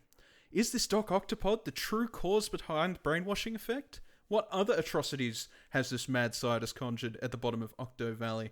It's up to the intruders to go behind enemy lines and uncover the true threat that still holds many Octolings captive. So, Intruders is a game centered around stealth, using ink puddles and Zapfish to your advantage to overcome the enemy. Okay. The core concept of the game is to grow your facilities on the battlefield to promote Zapfish growth, allowing to see more of the battlefield before you, as well as building facilities to up your arsenal to overcome the enemy. While you do these things, you can send ink filtrators to create paths to the enemy base to sabotage development on structures or steal resources from your enemy to further your own cause. As the game goes on and the light source grows brighter, infiltrating becomes harder and will eventually culminate in a full-out battle, and your infiltration skills and resource management will ultimately determine who wins the battle. The game ends once the enemy's main resource, in single-player enemy's case, the shock eel, is seized. You can grow your Zapfish by creating facilities that will promote strong growth, such as gyms, schools, and clinics, while also hunting food in the environment to feed your Zapfish. Taking control of these points on the map will be important to your overall success, as it will mean more Zapfish growth, which will also determine the amount of facilities you have on the field. The single-player campaign features boss levels where you will be at an early disadvantage, and you will have to cleverly use your wit and tactics to overcome your enemy. It will also feature an online multiplayer with a ranking system that has a few maps at launch. Splatfests will also return, with the winner being determined similarly to how it does in regular Splatoon. What would usually be identified as perks on gear as a progression system will also return, but it will be designated as special statues that sit around the Zapfish in your camp. And that is Intruders. Okay. First of all, bravo, well done. No, bravo. Yes. Very good. The ink puns were real though. Oh yeah. Yeah. Because before we started, I actually asked you, Bryce, about how well do you remember Splatoon, and you told me you went back and you researched, and I think you played a bit. A little bit. And A little you, oh my gosh, I was so surprised that you were able to remember all those things. Like having the game revolve around this Zapfish is like a really good move, because obviously that is the iconic thing in Splatoon. I like that too. The Zapfish, yeah. Yeah, it's really important in single player, but you don't really hear much of it outside of that. Multiplayer, correct. No, that's true. My one main question that I'm thinking of right now that's going off at me is, are there going to be new weapons, or is it going to be the same weapons from the original game? Okay, so essentially what it would be is that you have units that have specific purposes. Okay. And so the weapons would reflect that. So you could have sort of, I guess, you could have rollers that sort of charge down the front line and take down barricades and stuff like that. You've got SMG teams that will be good for combat against actual enemies as opposed to structures. And then obviously you've got the more stealth related roles with sniper type weapons sort of sitting from the back line and creating damage where they can. Essentially, what it would all culminate in is keeping the pressure on each other with all these different weapon types, which you can develop in your lab as you're going with your Zapfish, with your Zapfish powering those labs. While keeping the pressure on your enemy, distracting them from the fact that you might have a path to their base to zap their resources or destroy their structures or what have you. The only vision outside of the actual Zapfish vision that is provided that slowly grows over time with the development of your base is your unit teams. So if you do not have a unit team in a specific location, it's going to be extremely important.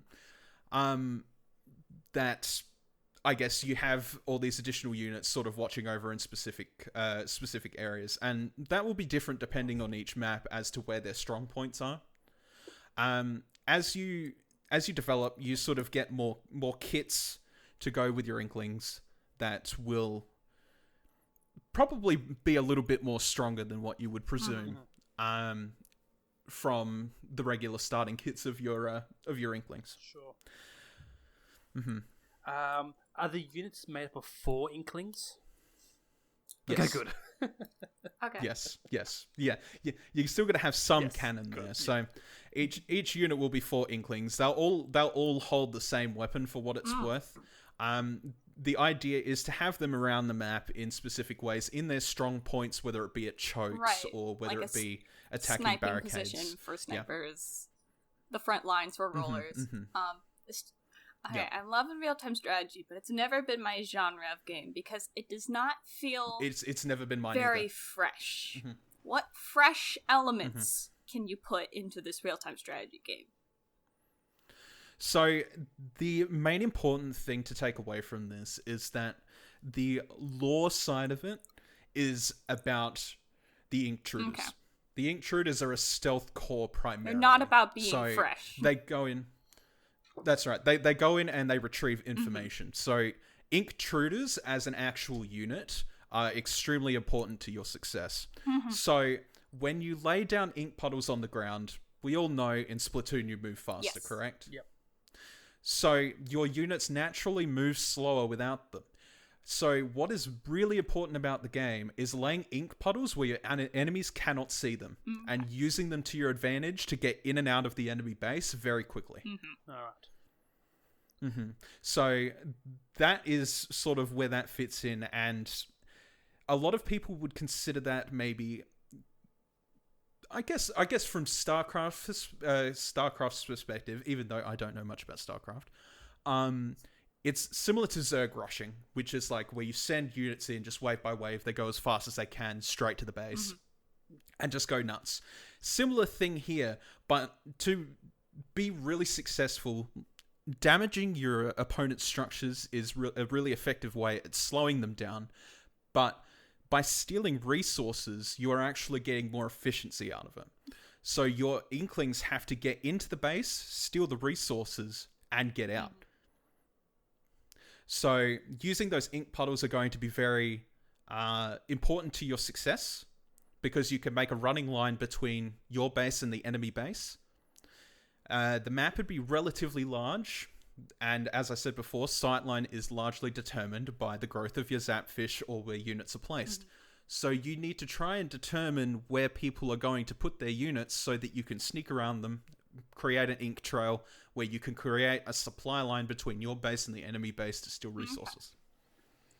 I have multiple questions quickly. You can quick answers if you want.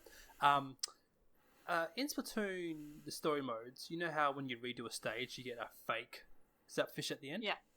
Is there a way you can set up fake Zapfish as a trap kind of thing? Ooh, a decoy! Yes, a decoy. Yeah, absolutely. So essentially, a lot of that is sort of covered as the story goes on. Okay, cool. And obviously, part of a stealth core's main priority is to make sure that they're unseen, or that, you know, you hardly notice they're there. But also, it's a game of deception. Sure. So you could potentially set up particular things around the map, whether it be decoys or stuff like that, where around resources, for example. So let's just say there's a few resources around the map, like there's a fishing pond, for example, or maybe there's like a sort of mining area for your Inklings to collect resources for creating foundries or what have you.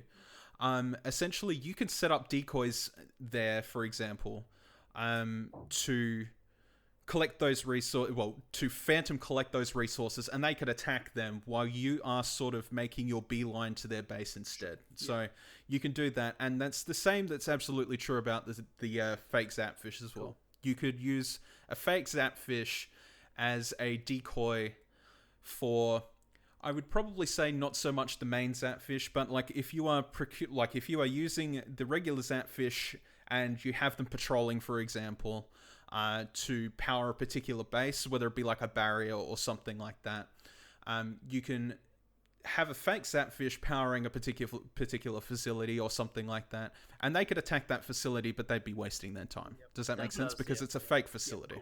Yeah, cool. Yeah. All right, cool. Now the characters from Splatoon. Will Captain Cuttlefish make an appearance? Is he your in some mentor? Way?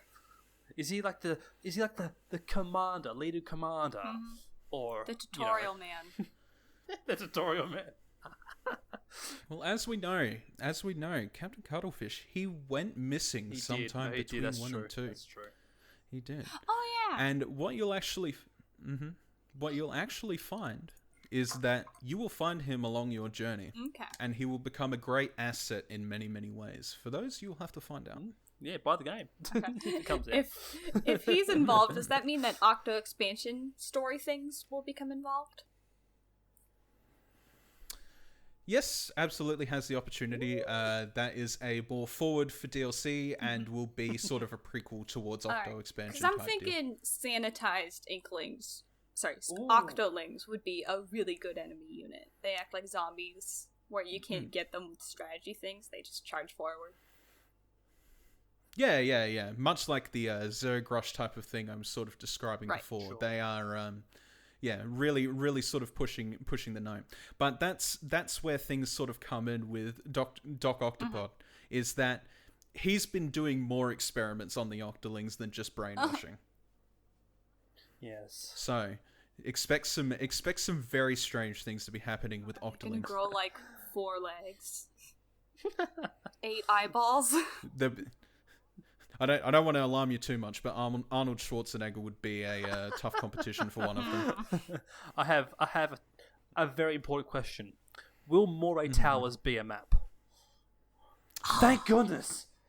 I think that the vertical play field would be interesting. It definitely would, and I'm not saying that it's a completely unexplored concept within this game. But it's more so about flat But terrain. being... Yeah. There's definitely different levels of terrain, because I think that's very important. Yeah, absolutely. And I think that can maintaining sort of control of those towers or whatever have you that they may be on particular maps can help you gain an advantage on your enemy, whether it means keeping an eye on specific spots or sort of just getting a lay of the land, maybe not as much as one would think from a tower, because it is quite dark at the bottom of the Octo Also, Valley. So, if there are some uninkable surfaces, what would they be? Ooh, good question. So you will not be able to ink enemy structures. Just at all? So, for example, no. So if you want to get over barriers and stuff like that, you have to destroy them. You can't use ink to your advantage. But other than that, I think in terms of uninkable structures, I would say mainly stuff that are resources of particular kinds. So whether there's like a particular like a mini mountain of resources of like, I don't know, ore or something like that, or ponds or lakes, for example. That sounds dangerous. You don't want them to go in there. So typically they are uninkable resources. Yes. I'm imagining like some of the maps that could be in this game, like Piranha Pit, how it's in that kind of It's like the in a mine mining, area, like oil. And then in the Splatoon 3 trailer, how we've seen that one map, it's like all deserty. Yeah. Like, I'm feeling like these kind of maps will be in this game that you're talking about. Yeah. It'd be kind of cool. One other question I had was, will specials make a sort of, will they be determined, like will they make a feature like, you have splashdowns, like a missiles, stuff like that? Like, maybe not a nuke. I'm just trying to think. It's like the one from Splatoon 1 where you send it upwards and ink anywhere missile, on the map. Yeah. Tenta missile. Nah, it's like that, but a little different, where you can send it to a specific location, not where people are locked onto. Yeah, okay. True. Yeah. So absolutely. Basically, the longer you can keep a squad alive, the better, because obviously you'll get access to those specials no matter what, and they can give you a huge advantage in battle because they're going to be very effective at destroying structures, whether that be barriers and stuff like that. So technically, you could send a unit out that would go in combat for a while, and you could return them after their long, hard work. And you could save all those points up, get that special, and then you can send them for Intruder training, where then you could take those units, make them Intruders, which can then make paths to the enemy base, and you can use those specials to get through structures quickly. Cool. I just love hearing the puns, man. The puns, I love it. Intruders. Okay, I have another question. If, let's say, your unit bites the dust, they get caught, can you revive them for an energy cost? Ooh, good question. That is a very interesting question, and I think that it would be possible. The only thing is, though, is that they would have to return to camp first. You'd have, okay. So if you've spent resources on that particular unit, absolutely, of course you could, but you would have to send a team out to bring them home. Bring their little pawns back. Delfino, I'm thinking like imagine seeing a unit out in the middle in the field, and all of a sudden they super jump back to spawn. Like a whole unit just super jumps like retreat. That's true. A forced quit option, if you were like mid cancel, would be to super jump, return to base. Yeah. Yeah. So essentially, we'll go with the concept that a team will go out and they'll revive them, right? Now, the enemy team could theoretically just camp this unit because they are expecting people to come and grab them. Does that make sense? So you can use this, so this can be a double-edged sword. You can go and revive those units because they were your best performing units, for example. But by sending units out there, you are also putting them in the line of sight of other units that have already been there to defeat them and might defeat that unit. If your unit is successful in reviving them, which takes, let's say, about 15 seconds of time to revive that unit, then they have the option to super jump back to base. Okay. Now that they're live. That makes more sense. Yes. Yeah. Cool. I don't think I have any more questions. Oh. It does sound good though. I have one more. Do you think you could recruit some stray octolings to your side? Yes, absolutely. Yes. And this is kind of important through the actual story meat of the game, is that as you work your way through the story, you are not only canonically you're already aware that the brainwashing is only sort of temporary and it is something that can be removed. Okay. With the power of music. So you will be making a lot of friends. Exactly. So you'll be making a lot of Octoling friends along the way. Unfortunately, some of those people that some of those Octolings that you meet, they might not necessarily get the same chances as others, which is sad. That's life. But by the end of it, the main goal is to stop in very short Doc Ock and bring the Octolings back to a regular society. Yeah, I love this idea, man. Before we started recording, he said to me like how this game was kind of based between Splatoon 1 and Splatoon 2. And like now hearing this whole story about the plot and everything, it makes sense now with Captain Cuttlefish how he's disappeared. You come across him somehow during the adventure. So yeah, because like we don't actually know like in the real game in Splatoon 2 where he went. Wait, yes we do. Really, do we? Yeah, he's in the Octo expansion. He's in the subway system. Yeah, but in the base game, yeah. he's missing. Okay. Correct. I'm looking from a base game point of view. Yeah. It's that he's suddenly gone and Marie is taking his place. Yeah. Yep, correct. Yeah. Cool. No, I reckon I love it. The name deserves a 10 out of 10, honestly. I thought I like it from a story standpoint because it does also provide the connective tissue of how did so many Octolings suddenly appear in Inkopolis Square between the first game and the second. Yeah. But I don't think I would play it. I'm just not. I'm not an RPG person. Look, I designed this under the guise that I have I don't play RTS games. I don't actually enjoy them. I don't enjoy them all that much. But I'm going to make a design that actually sounds fun. So it that's does exactly also what I grab tried a to do. different audience than Yeah. Yeah. It's People who play it's like saying babies. It's like saying baby's first RTS, like with Unite. People are like, oh, people's baby's first MOBA and everything like that. Yeah. It's got to be new audience, but yeah, I like it. Yeah. So thank you. No, Thank you bravo, both. Encore. Well, we don't actually have to Encore, but you know. It sounded very... I'm glad you enjoyed it. Yeah, thoroughly enjoyed it.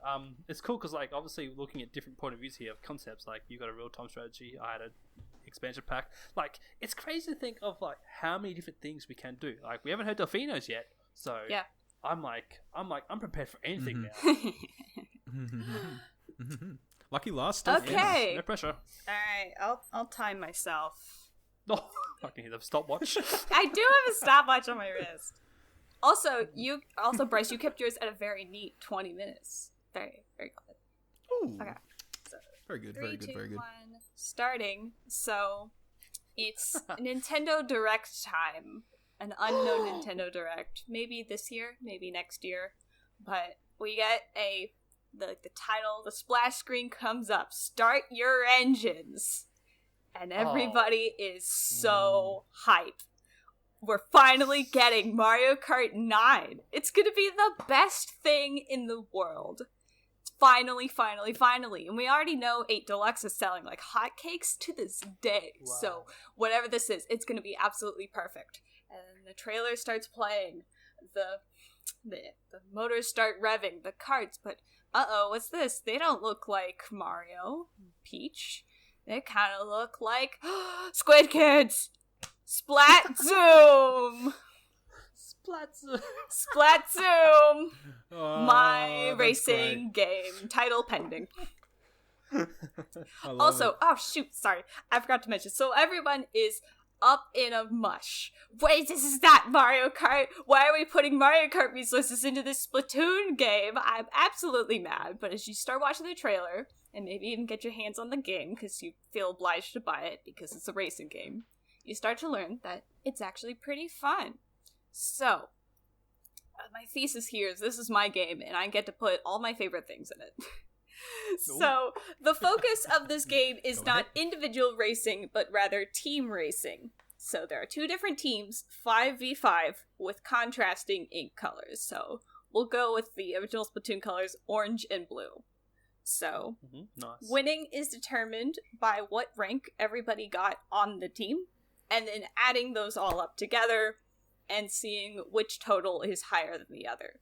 So it's important that you do good, but it's also important that you, like, stick with your teammates and help them do better too. Because if you do great, but then everyone else is stuck in the back, then you're probably not going to win, because the other team's points while in the middle are going to add up higher than your one good versus all bad. And if there are uneven teams, the lowest score on the other team will not be counted when totals are added up. So if it turns into 5 versus 4, the lowest score on the 5 team will not be added when adding all the totals up. I have not done the math to see if we could get a tiebreaker. Maybe in that case, the game will just flip a coin and decide like it does in regular Splatoon. It just goes, you guys win. So, the important thing with this game is car mechanics. You're going to drive a 4-wheeled cart or a bike. This is not Double Dash. 1 person per car. And the cars are unchanging vehicles. I'm sad to say this is not as customizable as Mario Kart 7 and above. It's like Mario Kart Wii, where you get set carts, different stats all around. But you can customize them with brands. Now, brands are like a... Oh, here we go. There you go. You stick a brand, because this is competitive racing after all. It's a sponsored event. Of course. You need to make money. Yeah, So, you stick a brand onto your vehicle, which will boost one aspect, but lower another. This is like boons and banes in Fire Emblem, where it'll raise one thing, but it'll lower another. You can also pick no brand, which is neutral. This is allowed. It's completely fine. So, it'll be things like boost your speed, minus your acceleration, boost your handling, take away from your drift, boost your off-road, but lower your speed. Different brands. And these brands will be ones from Splatoon. Things like that. N. Perry, Splash Mob, Tony Kenza, Inkline, etc., etc. So, your car, and this is where it gets fun, your car has 2 modes, ink and water. So, on ink mode, your tire tracks will leave a stream of ink as wide as you ride. So, 4-wheelers generally, they ink more than bikes do. It's like a streak of paint behind where you ride. Driving in Team Ink knits you 1.5 times speed, so 50% faster than normal, while driving in Enemy Ink lowers you to 50% slower, 0.5 speed. And then there is water. So when your car's in water, Don't go near water. your tire tracks are very safely. This is pending. This is patented approved. No one's gonna die on this track, but you safely leave a stream of water behind you as you ride. Water always erases ink, whether it be from your team or an enemy, and they always ride at the default speed. They don't get a speed buff, or they don't get anything else. Okay. So, you start the race in ink, but you can switch modes freely as you ride. Like flip-flop, back and forth. Each mode has a tank that automatically refills when you use the other. So if you're using your water, and then you switch back to your ink, your water tank will refill slowly over time. But when you run out of one, you will automatically switch to the other and are locked into using it until the other one regenerates to an acceptable level.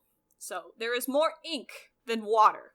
I'd say about 2 times more ink than water. If you run out of both ink and water, you turn dry.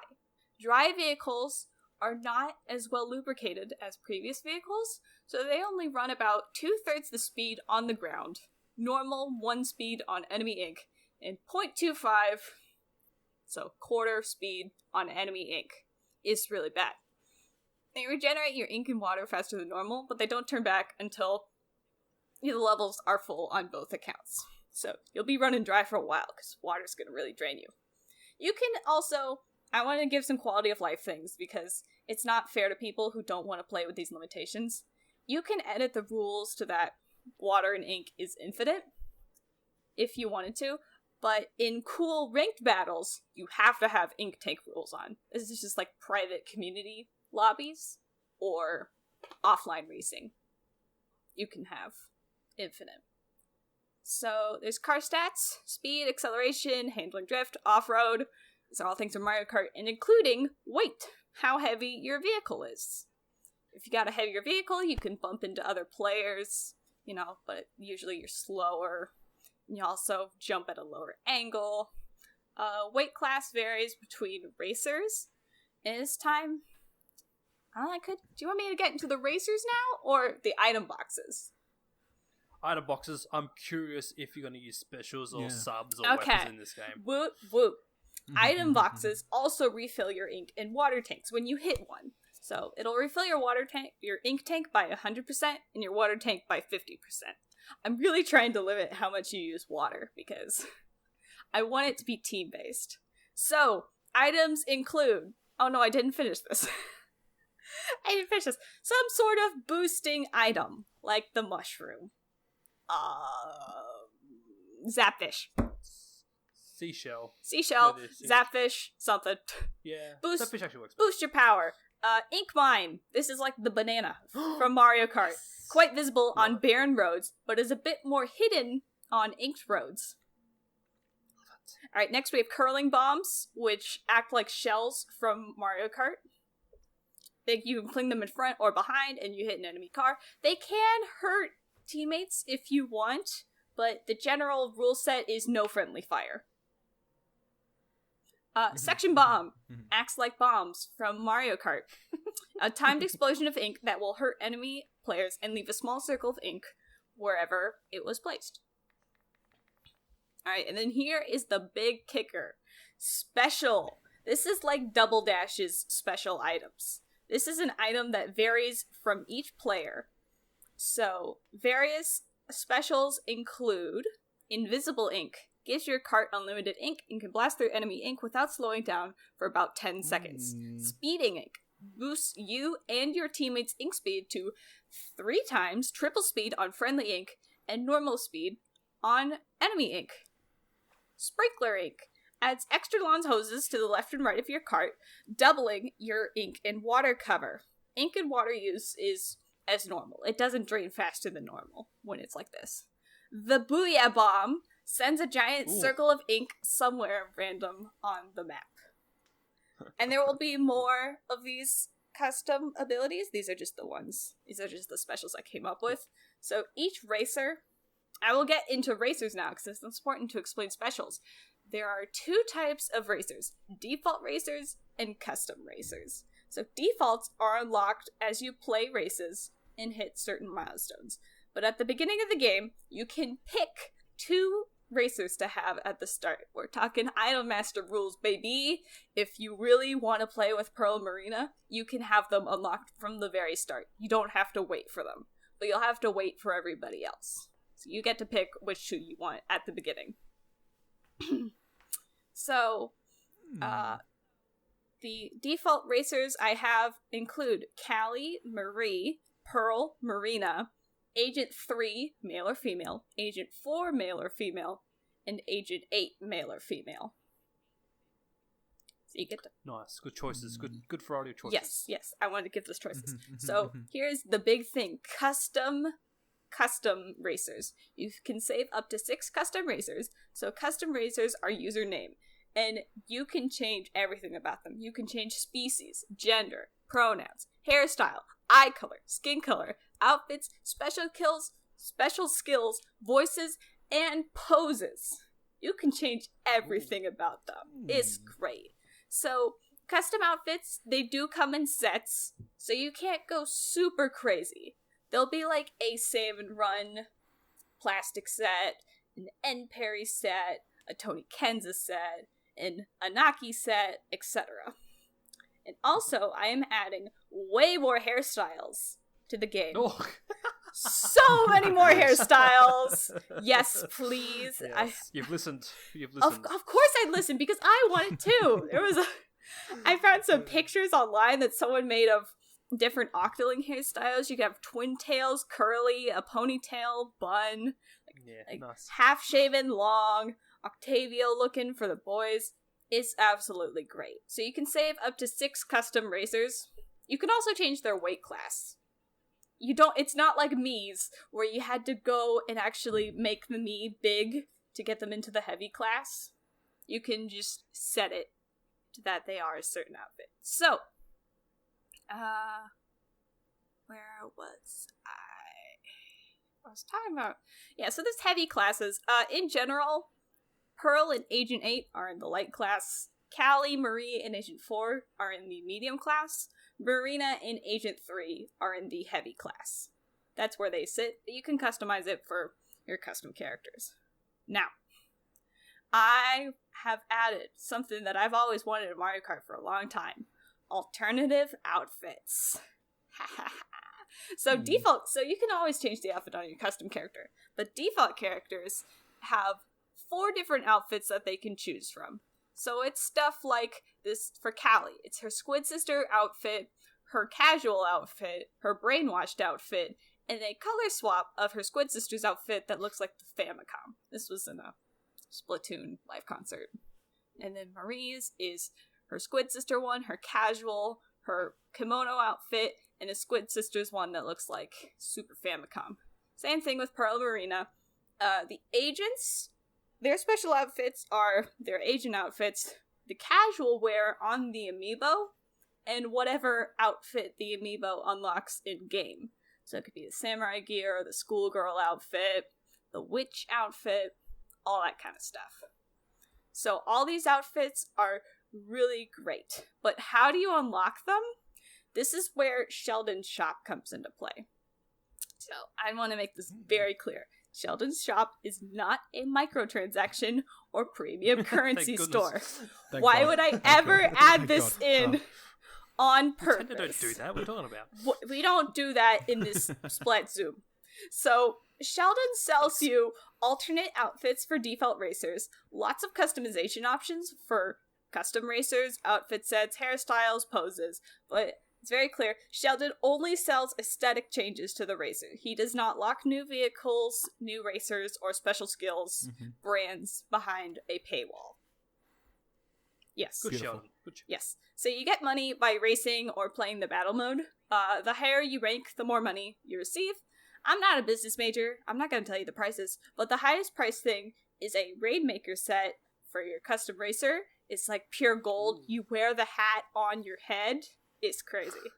That'll be the priciest thing.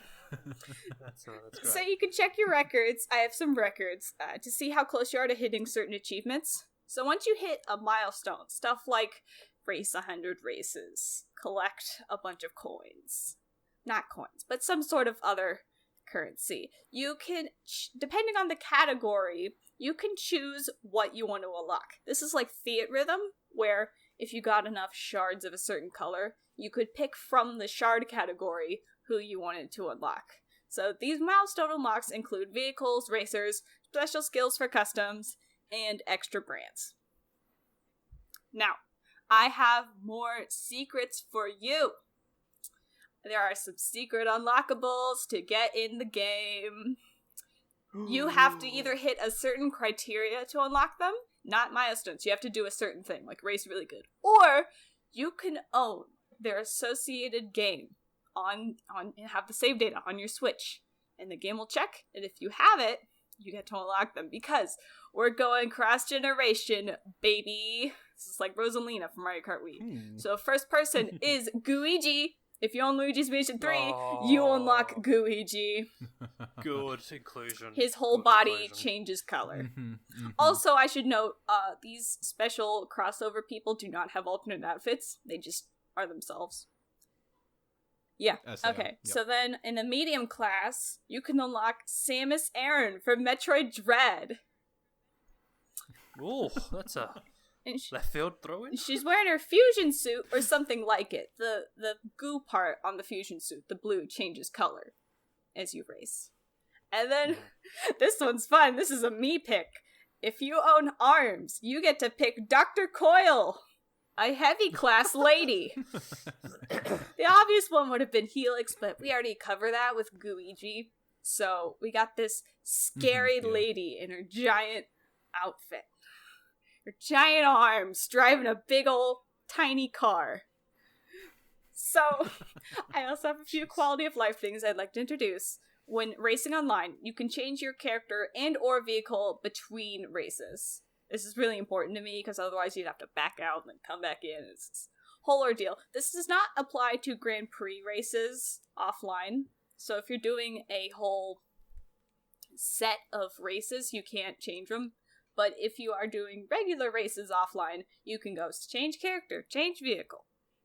And you can set rules in the offline or community lobbies to have infinite ink and water, automatic acceleration, and or guided driving. I want to give some leniency to people who play because, I don't know, we're not all experts when we first pick up a game, Splatoon, so I wanted to give some free choices to people. But there are ranked modes, and in ranked modes, you have to have ink tank rules, no guided driving, no automatic acceleration. And that's all I have set up for you. Dang, that took 17 minutes. Oh! Oh, not done yet. Sorry, I also wanted to credit some people that helped me brainstorm. People from my Splatoon community. Giving a shout out to you, Hans Gonk, Vazpad, Effie, Scruggles, and Scams. They all helped me brainstorm some things. I'm very... Good stuff. Yes. Good stuff. Man, that wouldn't... Yeah, bravo. Yeah, clap. Yeah. You made me claps in. feel terrible because I should have added Gooigi to the super expansion. That would have been perfect. Yeah. But yeah, I was gonna say two things, but you kind of checked them off. Like Oh, I said, okay. Amiibo functionality and can you use Mii's? But I think you basically said that you can use Mii's because of the heavy classing and all that. And you said something about Amiibo costumes. So but I what don't know that if is that for the agents, one of their unlockable outfits is the Amiibo version of whatever Yep. they have. But if you scan in the Amiibo, you can just Yes. already unlock it.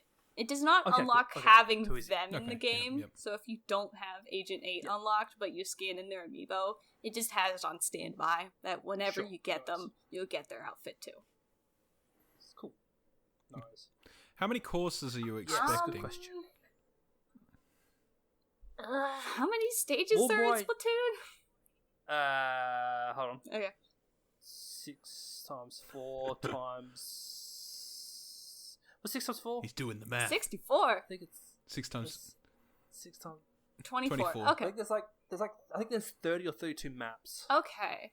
I'll say 24 because we can't really go with Mario Kart rules where 4 are new, 4 whole courses, 16 are new, and then 16 are old because this is the first one. There's no older ones to have. That's but, fair. In Splatoon 2, there's 23 stages. So. Okay, yeah, so 24. So they would be things like the stages you already have, Skipper Pavilion, I think Octo Valley. There'll be a couple Octo Valley. There'll be a whole No more towers? Grand Prix. Yeah, some Blast from the no past. more towers so you could jump off the ways, but there would also be those stages from Mario Kart 7 and beyond where it's you don't loop, it's a path through. Okay. And also Yeah, I think yeah. Octo Expansion could have one with the subway system. Another one I was brainstorming That was would the work. giant vaporwave statue that you have to ink in the end of the Octo Expansion. That could be one where you have to go through it, and you end at the top. So you start at the bottom, and then you drive around. Oh, yeah, that's right. And you Yeah. end at the top. Yeah. You can have tracks around Inkopolis and Yeah, the square. Inkopolis Square, where you cool. go through shops. That could also be an option. Yeah. That'd be cool. That'd be like Delfino Mall. Yeah. Coconut Mall. Yeah, yeah, that's it. Best Coconut. song, best song. I can never remember the name. Best.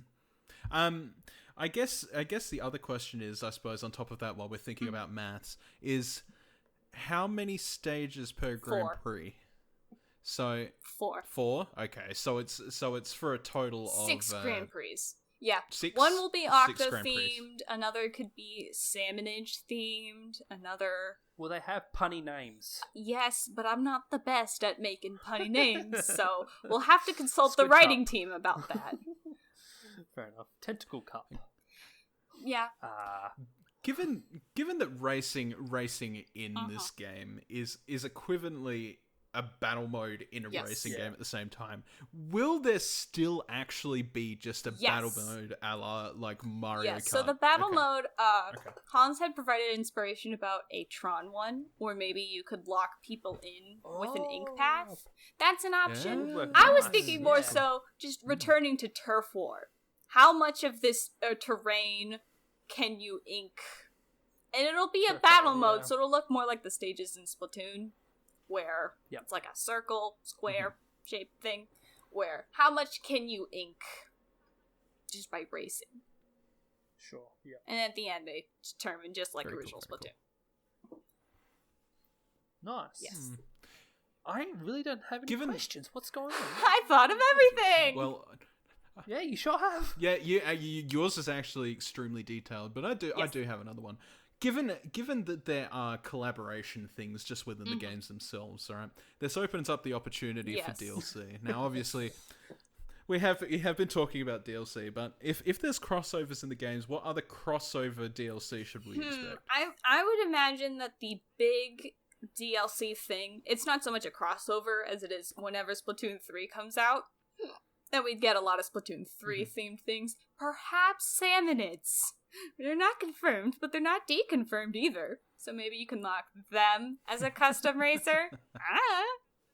Whoever the new agent is. Will they be boss battles in this game? Yeah. I think some of the battle stages could be boss themed. So it's like one of the battle stages could have the splat guy, the square one. I'm acting like you know what I'm talking about. It's the Octo Stamp. It's the giant Octo Stamp. Yeah. And then Gotcha, he could yeah. go around and mess up your terrain by erasing both you and your enemy's ink with his own purple ink. And you gotta go and clean that up and all this stuff.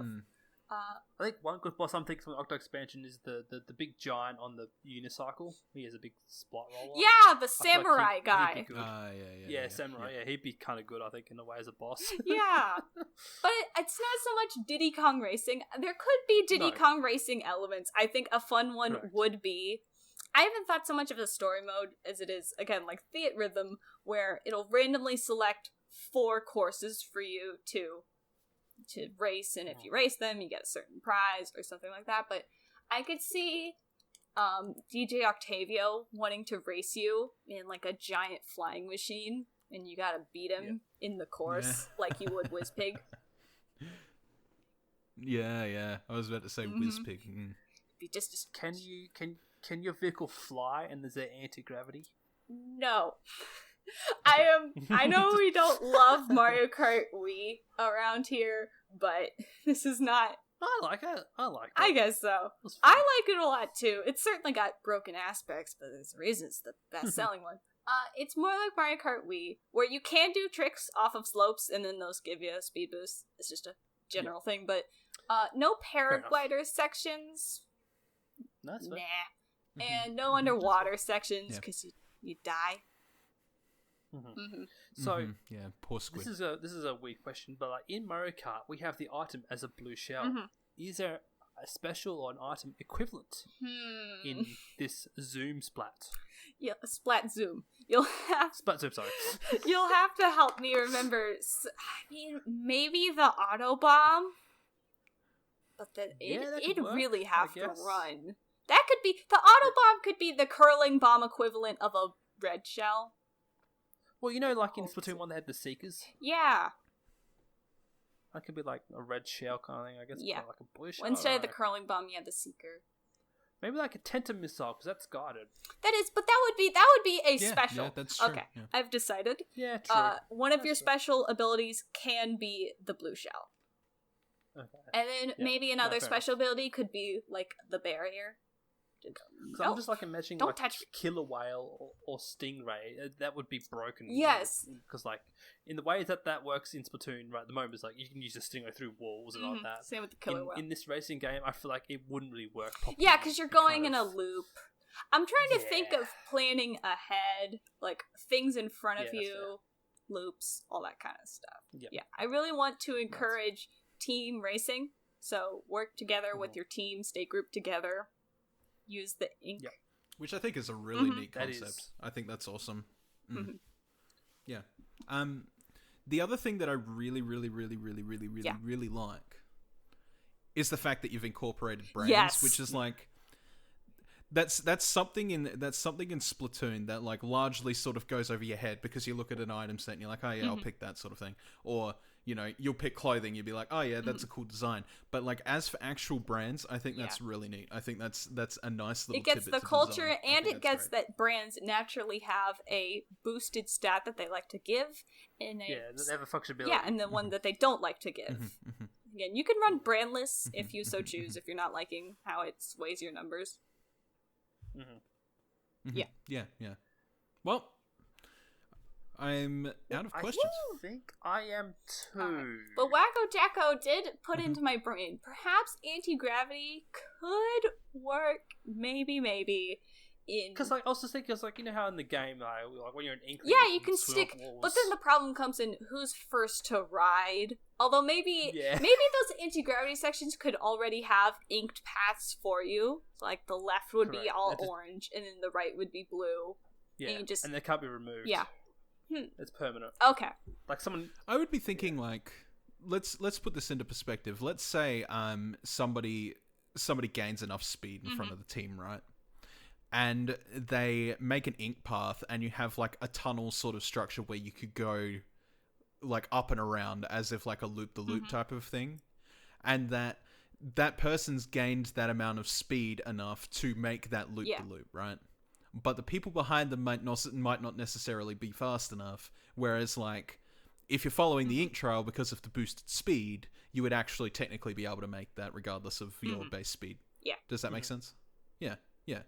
I think, like, incorporating stuff like that. I think that makes like a lot of sense and sort of just adds into the the intricacy. I think also something I had planned out was shortcuts are still an option, but it's all about who gets to the shortcut first. So if it's like, And I feel like a blue person's trying to aim for a shortcut, I'll just give an example from Mario Kart, like in Wario's Gold Mine, where you can, when you go through the tunnel and you can veer to the left and take that shortcut. If you are a blue player and you can see already that it's orange, you're like, nope, not gonna take it, because it'd actually be slower for you to take that shortcut than you would following your team ink and taking the regular right path. I feel like it would involve a lot of strategic elements. Like who's the fast one? Yeah, right now I'm trying to envision that carts are slower, but they have a wider ink spray, and then bikes are faster, but they have a smaller. Streamline. They're just like a line. So, so a bike could zoom around and be fast, but they'd have to have really good handling and drift, else they would never get the speed boost because they're zooming ahead of everybody. There's no ink trail to follow. Yeah, I'm also just thinking too, because you haven't really just touched on it much, but is there an incorporation of Splatoon actual weapons? Because I know we've touched about the subs, like the bombs and the specials. But like, I was imagining like an idea. Like, you go through an item box and you get a splat roller, and you're thinking, how can I make my painting wider if I use a splat roller? So I'm imagining, like, when you use the splat roller, at the front of your car or the back of your car, you have this roller that's wider than your car, so you can paint more area for a certain period of time. Well, that's already what the special does with the sprinkler ink. So. But also, the reason I had not implemented that, like, I didn't want... Because I want the primary focus to be racing. I don't want to add shooting. And two, I think it would be really fun if the vehicles were based off the weapons themselves. Oh yeah, I can imagine like a Hydra. So the regular cart could be a splat roller inspired, where the wheels connect in the front and the back, like a Flintstones vehicle. You have the I was gonna say the same thing. You could have like a jet squelcher, bike shaped thing. Beautiful. You'd have the dualies. That's brilliant. All this kind of brushes, stuff. All the brushes are bikes. Yeah, a squiffer. All the brushes are bikes. The guns could be widened. Hydra, splatlings, rollers. Definitely vehicles. They're all carts. Yeah. That would take some interesting design, I reckon. I'd love to see the designs of those. That'd be hilarious. Yeah, they would. Yeah. Well said. Well explained. Thanks. Yeah, I'm gonna buy that game, I think. Woo! That's dope. Like, I'm kind of flabbergasted. Like, all of these ideas, I think, have been pretty friggin' good. Like, go. It really, like, just thinking about it, like, it in sort of, because I know that most of us sort of just, like, leaked beforehand. We had the option, right? I gave everybody the option. Like, if you want to talk about it, like, anyone want to call brief, dibs? so, like, mention the genre. Yeah. And I was like, do it. Like, if you want to do it. And if you don't, then you don't have to. You don't have to spoil the surprise, right? So we all decided to do it. And I remember looking at, like, all of the things that people had come up with. I thought Ash's was the most obscure. He was like a Splatoon MMO. Yeah, I'm like, how would you do that? But, you know, to be completely honest with you, like, with the DLC, I wasn't expecting that to go the route it did. So you really did surprise me with that, Mako. That was awesome. I loved that. It was a great little collaboration DLC. I think that's fantastic. And then with the racing game, I wasn't expecting... well, not that I wasn't expecting, but, like, I couldn't expect exactly how you would make that out of Splatoon game and make it differentiating from Mario Kart, but you did it extremely well. Yeah, my main inspiration was honestly Team Sonic Racing, where the point of that game is not just to do good, but it's to do good with your team. The closer you are together, the more speed boost you get. And I'm thinking, how can I implement ink into a racing game? It's like, well, you can just make a path with ink. I feel like Team Sonic Racing game is like the most team implemented racing game ever. Like Crash Nitro Kart Team Racing is kind of there, but not as heavy involved as Sonic Racing. Yeah. I mean, it is an older game, and I think it was definitely like trying to implement that kind of thing back in, I think it was like the early 2000s was extremely difficult. But like, like this is like all of these concepts are definitely something that could absolutely just sort of just be in the now. Like they have the technology. We have to the sort power. of, make those things work. That's exactly right. It's evolved so much since a concept like that you could definitely do a lot more trickier things. Like, the thing I want to quickly touch on too is like these ideas I feel like are completely valid. Like, like in the Western scene, Splatoon, like it's sort of seen as a minority of the community. Like this, like Smash Bros, huge community. Splatoon, not so much, not as big. But like in Japan, right? Racing would definitely expand the Splatoon community. Yeah. And also, not to mention Bryce's idea, the of intruders. a whole different genre of gameplay. Yeah. Like, I feel like a lot of people that play Splatoon would try out these other concepts. And, like, also because in Japan, Splatoon is massive over there. People don't understand how big it is, right? Like, there was even times where I think baseball teams were sponsoring the Japanese teams. Like, there was a crazy mix over Oh, yeah, where they'd have the sponsored Splatfest. Yeah, or something like that. Baseball incorporated. But anyway, like, I feel like all these games, especially Bryce's though, for some reason I feel like Bryce's would be very popular. Like, having the real-time strategy elements to a Splatoon game would be absolutely insane. It'd do extremely well in Asian countries, but they've always been partial to that kind of genre, if that makes sense. Like, obviously Korea's like huge on stuff like StarCraft, and that would sort of work extremely well. A lot of it's like Asian countries really love their top-down games. I'm not sure, like especially when it comes to PC gaming. So I feel like something like that incorporated with a bit of lore, it would like sort of do a lot. My main sort of concept sitting on it was basically like I want the lore to be explored more, other than just like you do a mission, you might get a little bit out of it, and then sort of move forward. But sort of make it like I guess more of a desperation struggle than just point A to point B. Yeah. I was just because I was thinking, because all these top-down games, because you just said they're all desktop PC games, how would you go about playing yours on Switch though? Yes, I was thinking that too. Listen, anything is 100%. So you're getting a PC port. His touchscreen. Well, here's the thing, right? Is a lot of people didn't think MMORPGs could be translated well to console. Like a traditional hotbar MMORPG where you have like 50 skills, right, or something like that, right?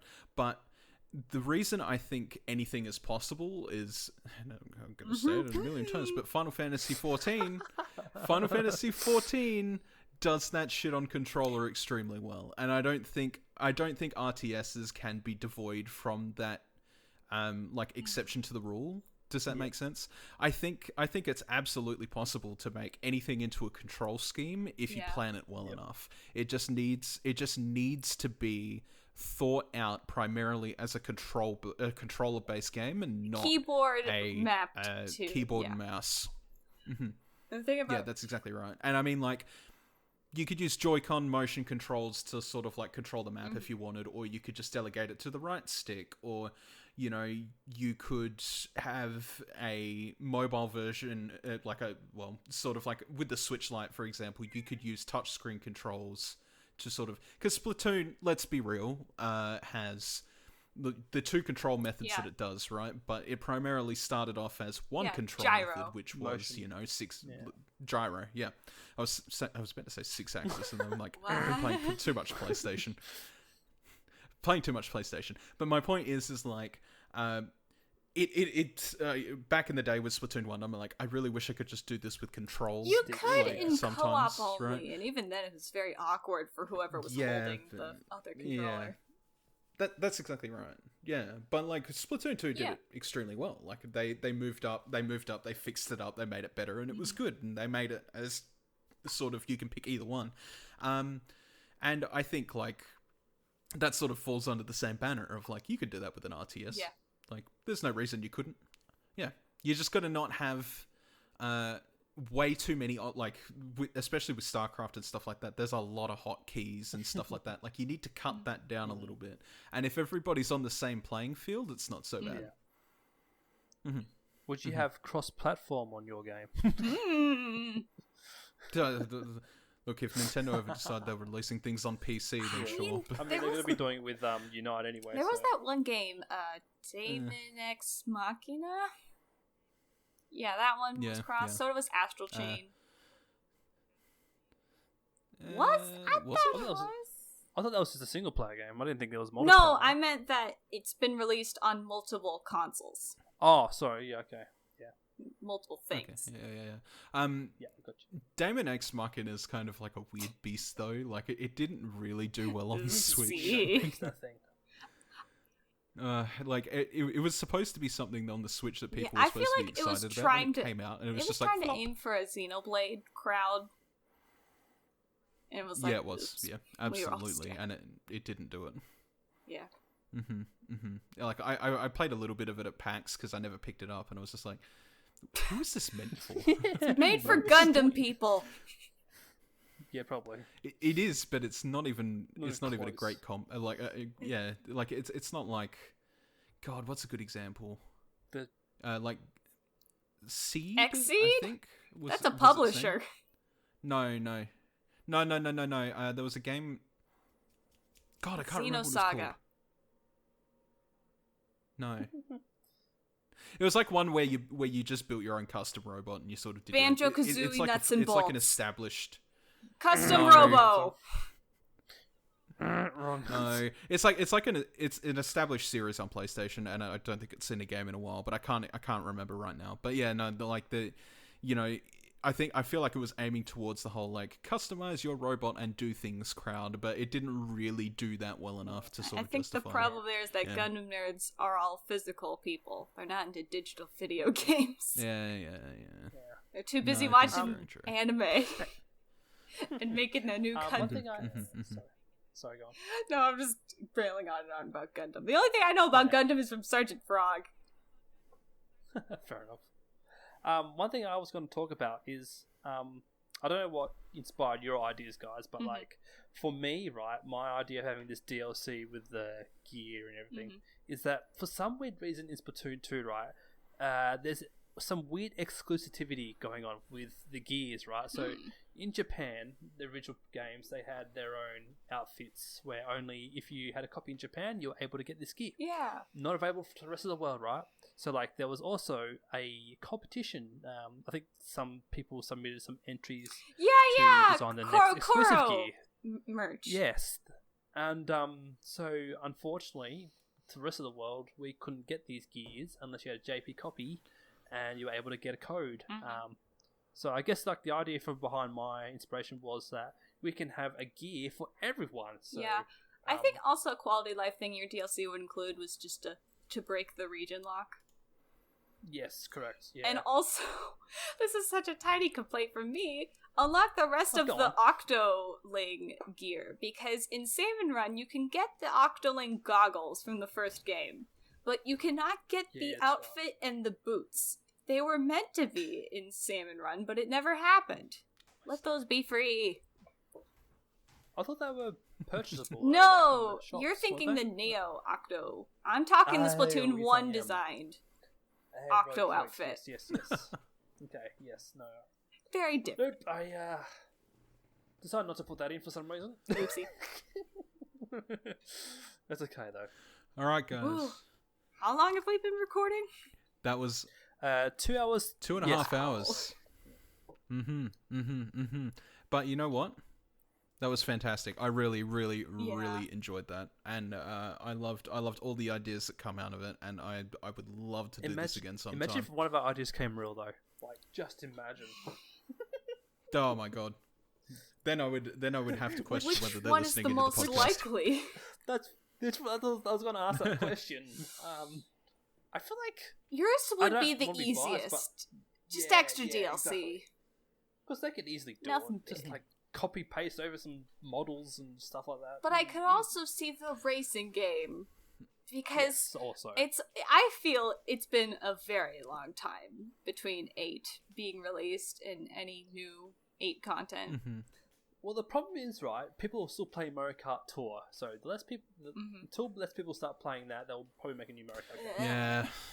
Don't even remind I me. can't of wait for that game It's like- to burn. Next month, we're going to Egypt to race around the pyramids. I'm like, dude, why can't we just have that in a console game, please? Like, in an come on. actual Mario But Kart. you gotta yeah, pay. yeah. I kind of hope they do incorporate those kind of things in a That'd be Mario nice. Kart, because it was like an actual Mario Kart game, because it would actually be, Yeah. you know, That was a lot why Yeah. I wanted alternate outfits for people, is because my dying wish for Mario Kart 9 is to bring in all those outfits from World Tour into the base game. Yeah, no, absolutely. Anyway, guys, I think it's probably about time we wrap this episode up. So, I do want to thank you both for coming on this week. Thank you so very much. This concept that I approached you all with the other week, you know, I was hoping that it would be a hit, and you know what? To be honest, I think we've produced a It's really slam interesting dunk. Gold. and yeah, I think it's been a fantastic episode, and I'd like to thank you both so very much for coming on. My pleasure. Hashtag we are the What? Con-ceptors. How do you spell that? There we go. What about CONCEPTORS. what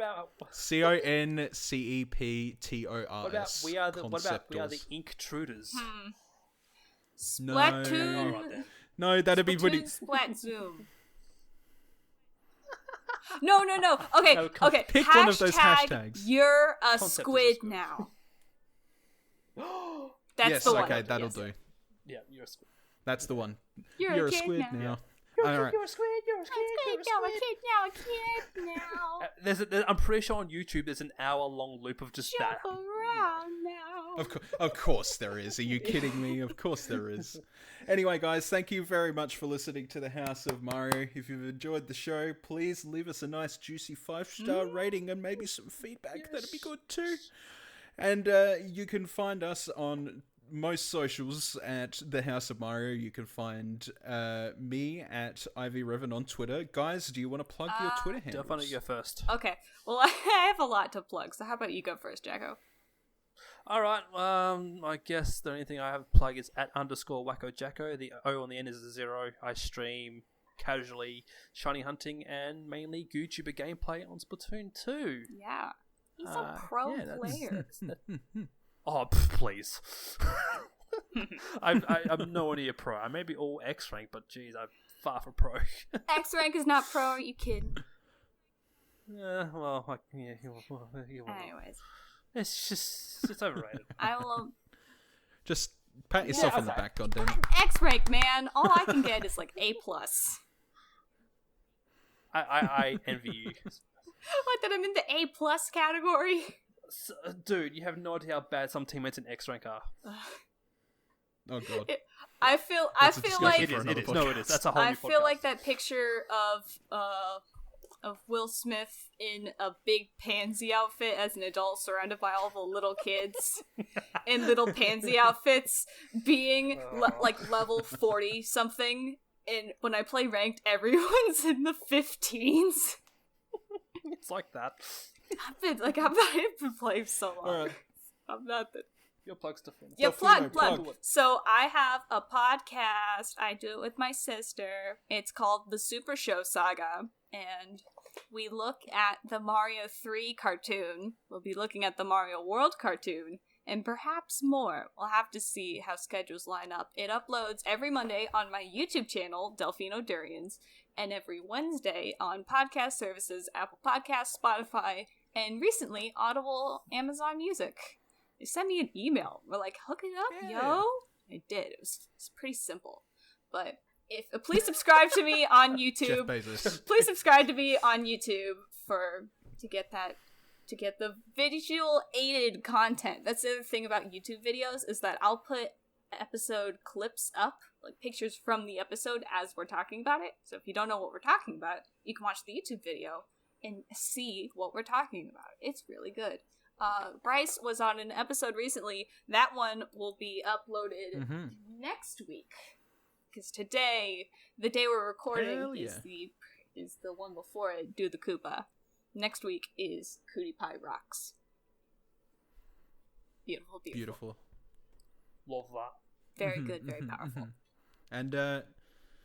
I can't thank you both enough for coming on this week and test It was running this so idea much with me. fun. Thank you so much. I'm just glad I didn't do any Toad Yeah. voices or accents. Usually I'm all about accents and voices. Peach but isn't I was here, so sensible she today. can't do the Toad voice for me. Yeah, I know. How was her? Like, I found her voice more to be like Toadette voice. I but mean- it was still good. I mean, it's so very whenever she runs out of steam, it turns into Huey, Dewey, and Louie.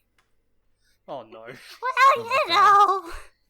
It's me trying to do gosh. it. Let's not go there again. Anyway, guys, thank you for tuning in this week, and I hope you've enjoyed this little concept that we cooked up. And I'm going to close these doors now, and I'm going to lock these guests back in the closet. And Let me be free. I have to go to uni. no, never. No. No. I have a closet. baby daughter to look after. Gosh. Oh, one last thing. Don't forget to join the Oh, yeah. Discord Yes, community. do it. It's in so the show you notes. Can, Ha- yeah, Hashtag you're yeah. a squid now. Yeah, that's You're a right. kid now. In the show notes. Yeah. Yeah, that's right. Yeah. That's exactly right. And I mean, you get to meet two cool people. Only two cool people. And Bryce. Only two. Cool people like these two. There you go. And me. Yeah, I'm not Bryce cool. the coolest. I'm not cool. I'm just here. I just He's press the daddy record of button. this Anyway, show. Yes. no, that well, In more ways than one. yeah. There you go. Okay, the doors are closed. Bye. Bye. Bye. Bye. You just listened to The House of Mario, a South Australian Nintendo podcast. Be sure to follow the boys on Twitter, leave an Apple Podcasts review, and join the Discord server to be a part of the community. A big thank you to these legends who support the show on Patreon at the producer level: Alex Harding, Sam Hay, and Deejaayy. If you would also like your name in the credits, head over to patreon.com/idruby and choose the tier that works for you. Until next time, we hope your day is 120 Power Star rated.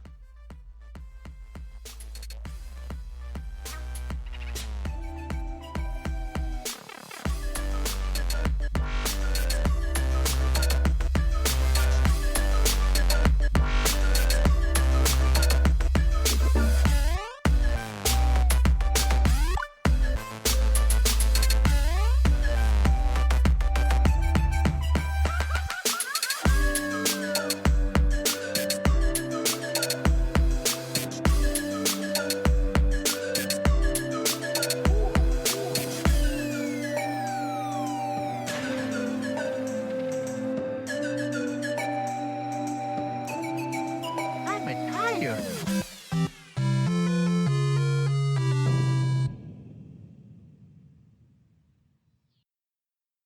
Consider this the bonus room of this episode. Hey everybody, it's Bryce here, and I have Evie with me today. Say hi, Evie. I How are you? good. Did you have a good day? Yes. What kind of a day did you have? It was a bit of a topsy-turvy day A today. bit of a topsy-turvy day. So why was it a topsy-turvy day? Because before lunch we had Mrs. Eustace class, Uh-huh. and then we had maths before we did pack up, circle time, and home time. Oh, so you were very busy today. Yeah, Yeah? it was a bit topsy-turvy. A bit topsy-turvy. Now we're learning number lines Number lines, wow. in maths. Wow, that's pretty cool. Well, I guess just to sort of elaborate why we're here in this little bonus part of the episode, if you will, is that I want to thank everybody for their overwhelming support that I've had these past few weeks. Obviously, with Drew going on his honeymoon, it left me to do the show, and I kind of got a little bit nervous in the beginning, not gonna lie. Without the equipment that we usually have, you know, I knew the episode quality might drop a little bit because manual editing can be quite hard, from sort of the perspective that we haven't done it in a long time.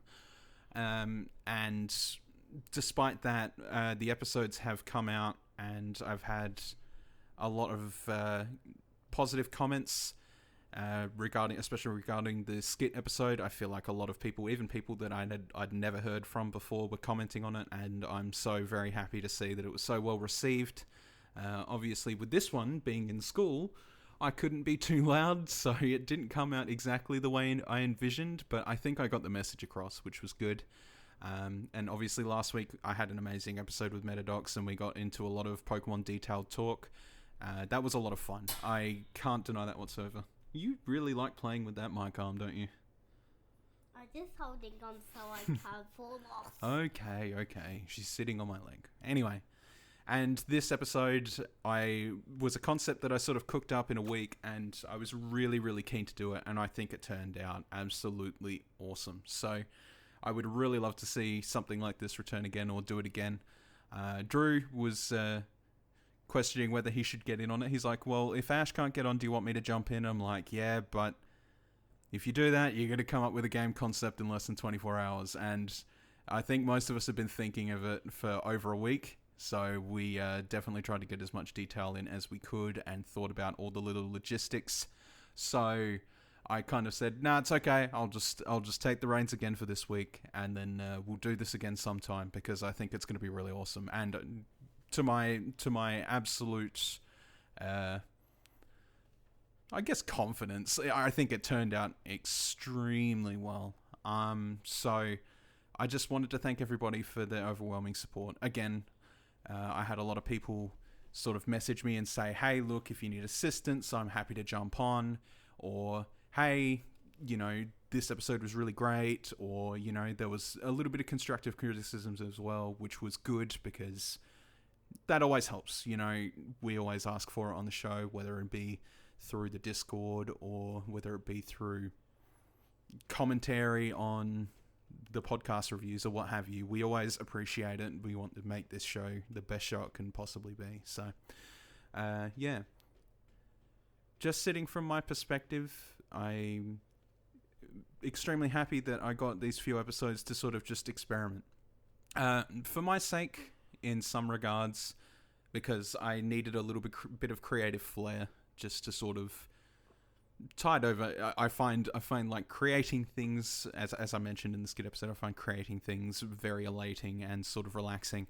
So coming up with these concepts for these episodes has been definitely something that's kept my mind busy and kept me very happy. But, the one thing I'm going to be thankful for is I have kids like this one.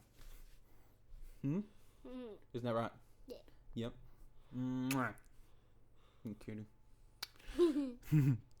And I know that she would have wanted to come on the podcast, especially since I'm recording from home, and I wanted to fit in a little bit of time with her, so I figured this would probably be the best time, is to have her come up with me and say thank you to everybody for listening to the House of Mario these past few weeks while I've been hosting. I appreciate it so much. I put a lot of hard work into these episodes, and I'm so glad that they turned out so well and that the reception has been very positive. So thank you very much. Thank you. I cannot thank you enough.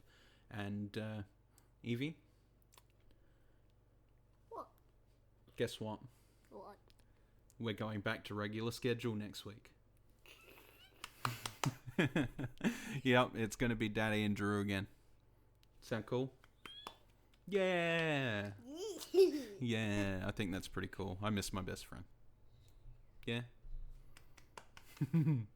Anyway, guys, if you've listened this far, thank you so much, and know that I've appreciated every single last one of you over these past few weeks. No matter who you are, what you've offered, whether you've listened or not, anybody that's had any input whatsoever, thank you. And I will see you all next week with regular scheduled content. Peace. Say bye, Evie. Bye. Bye.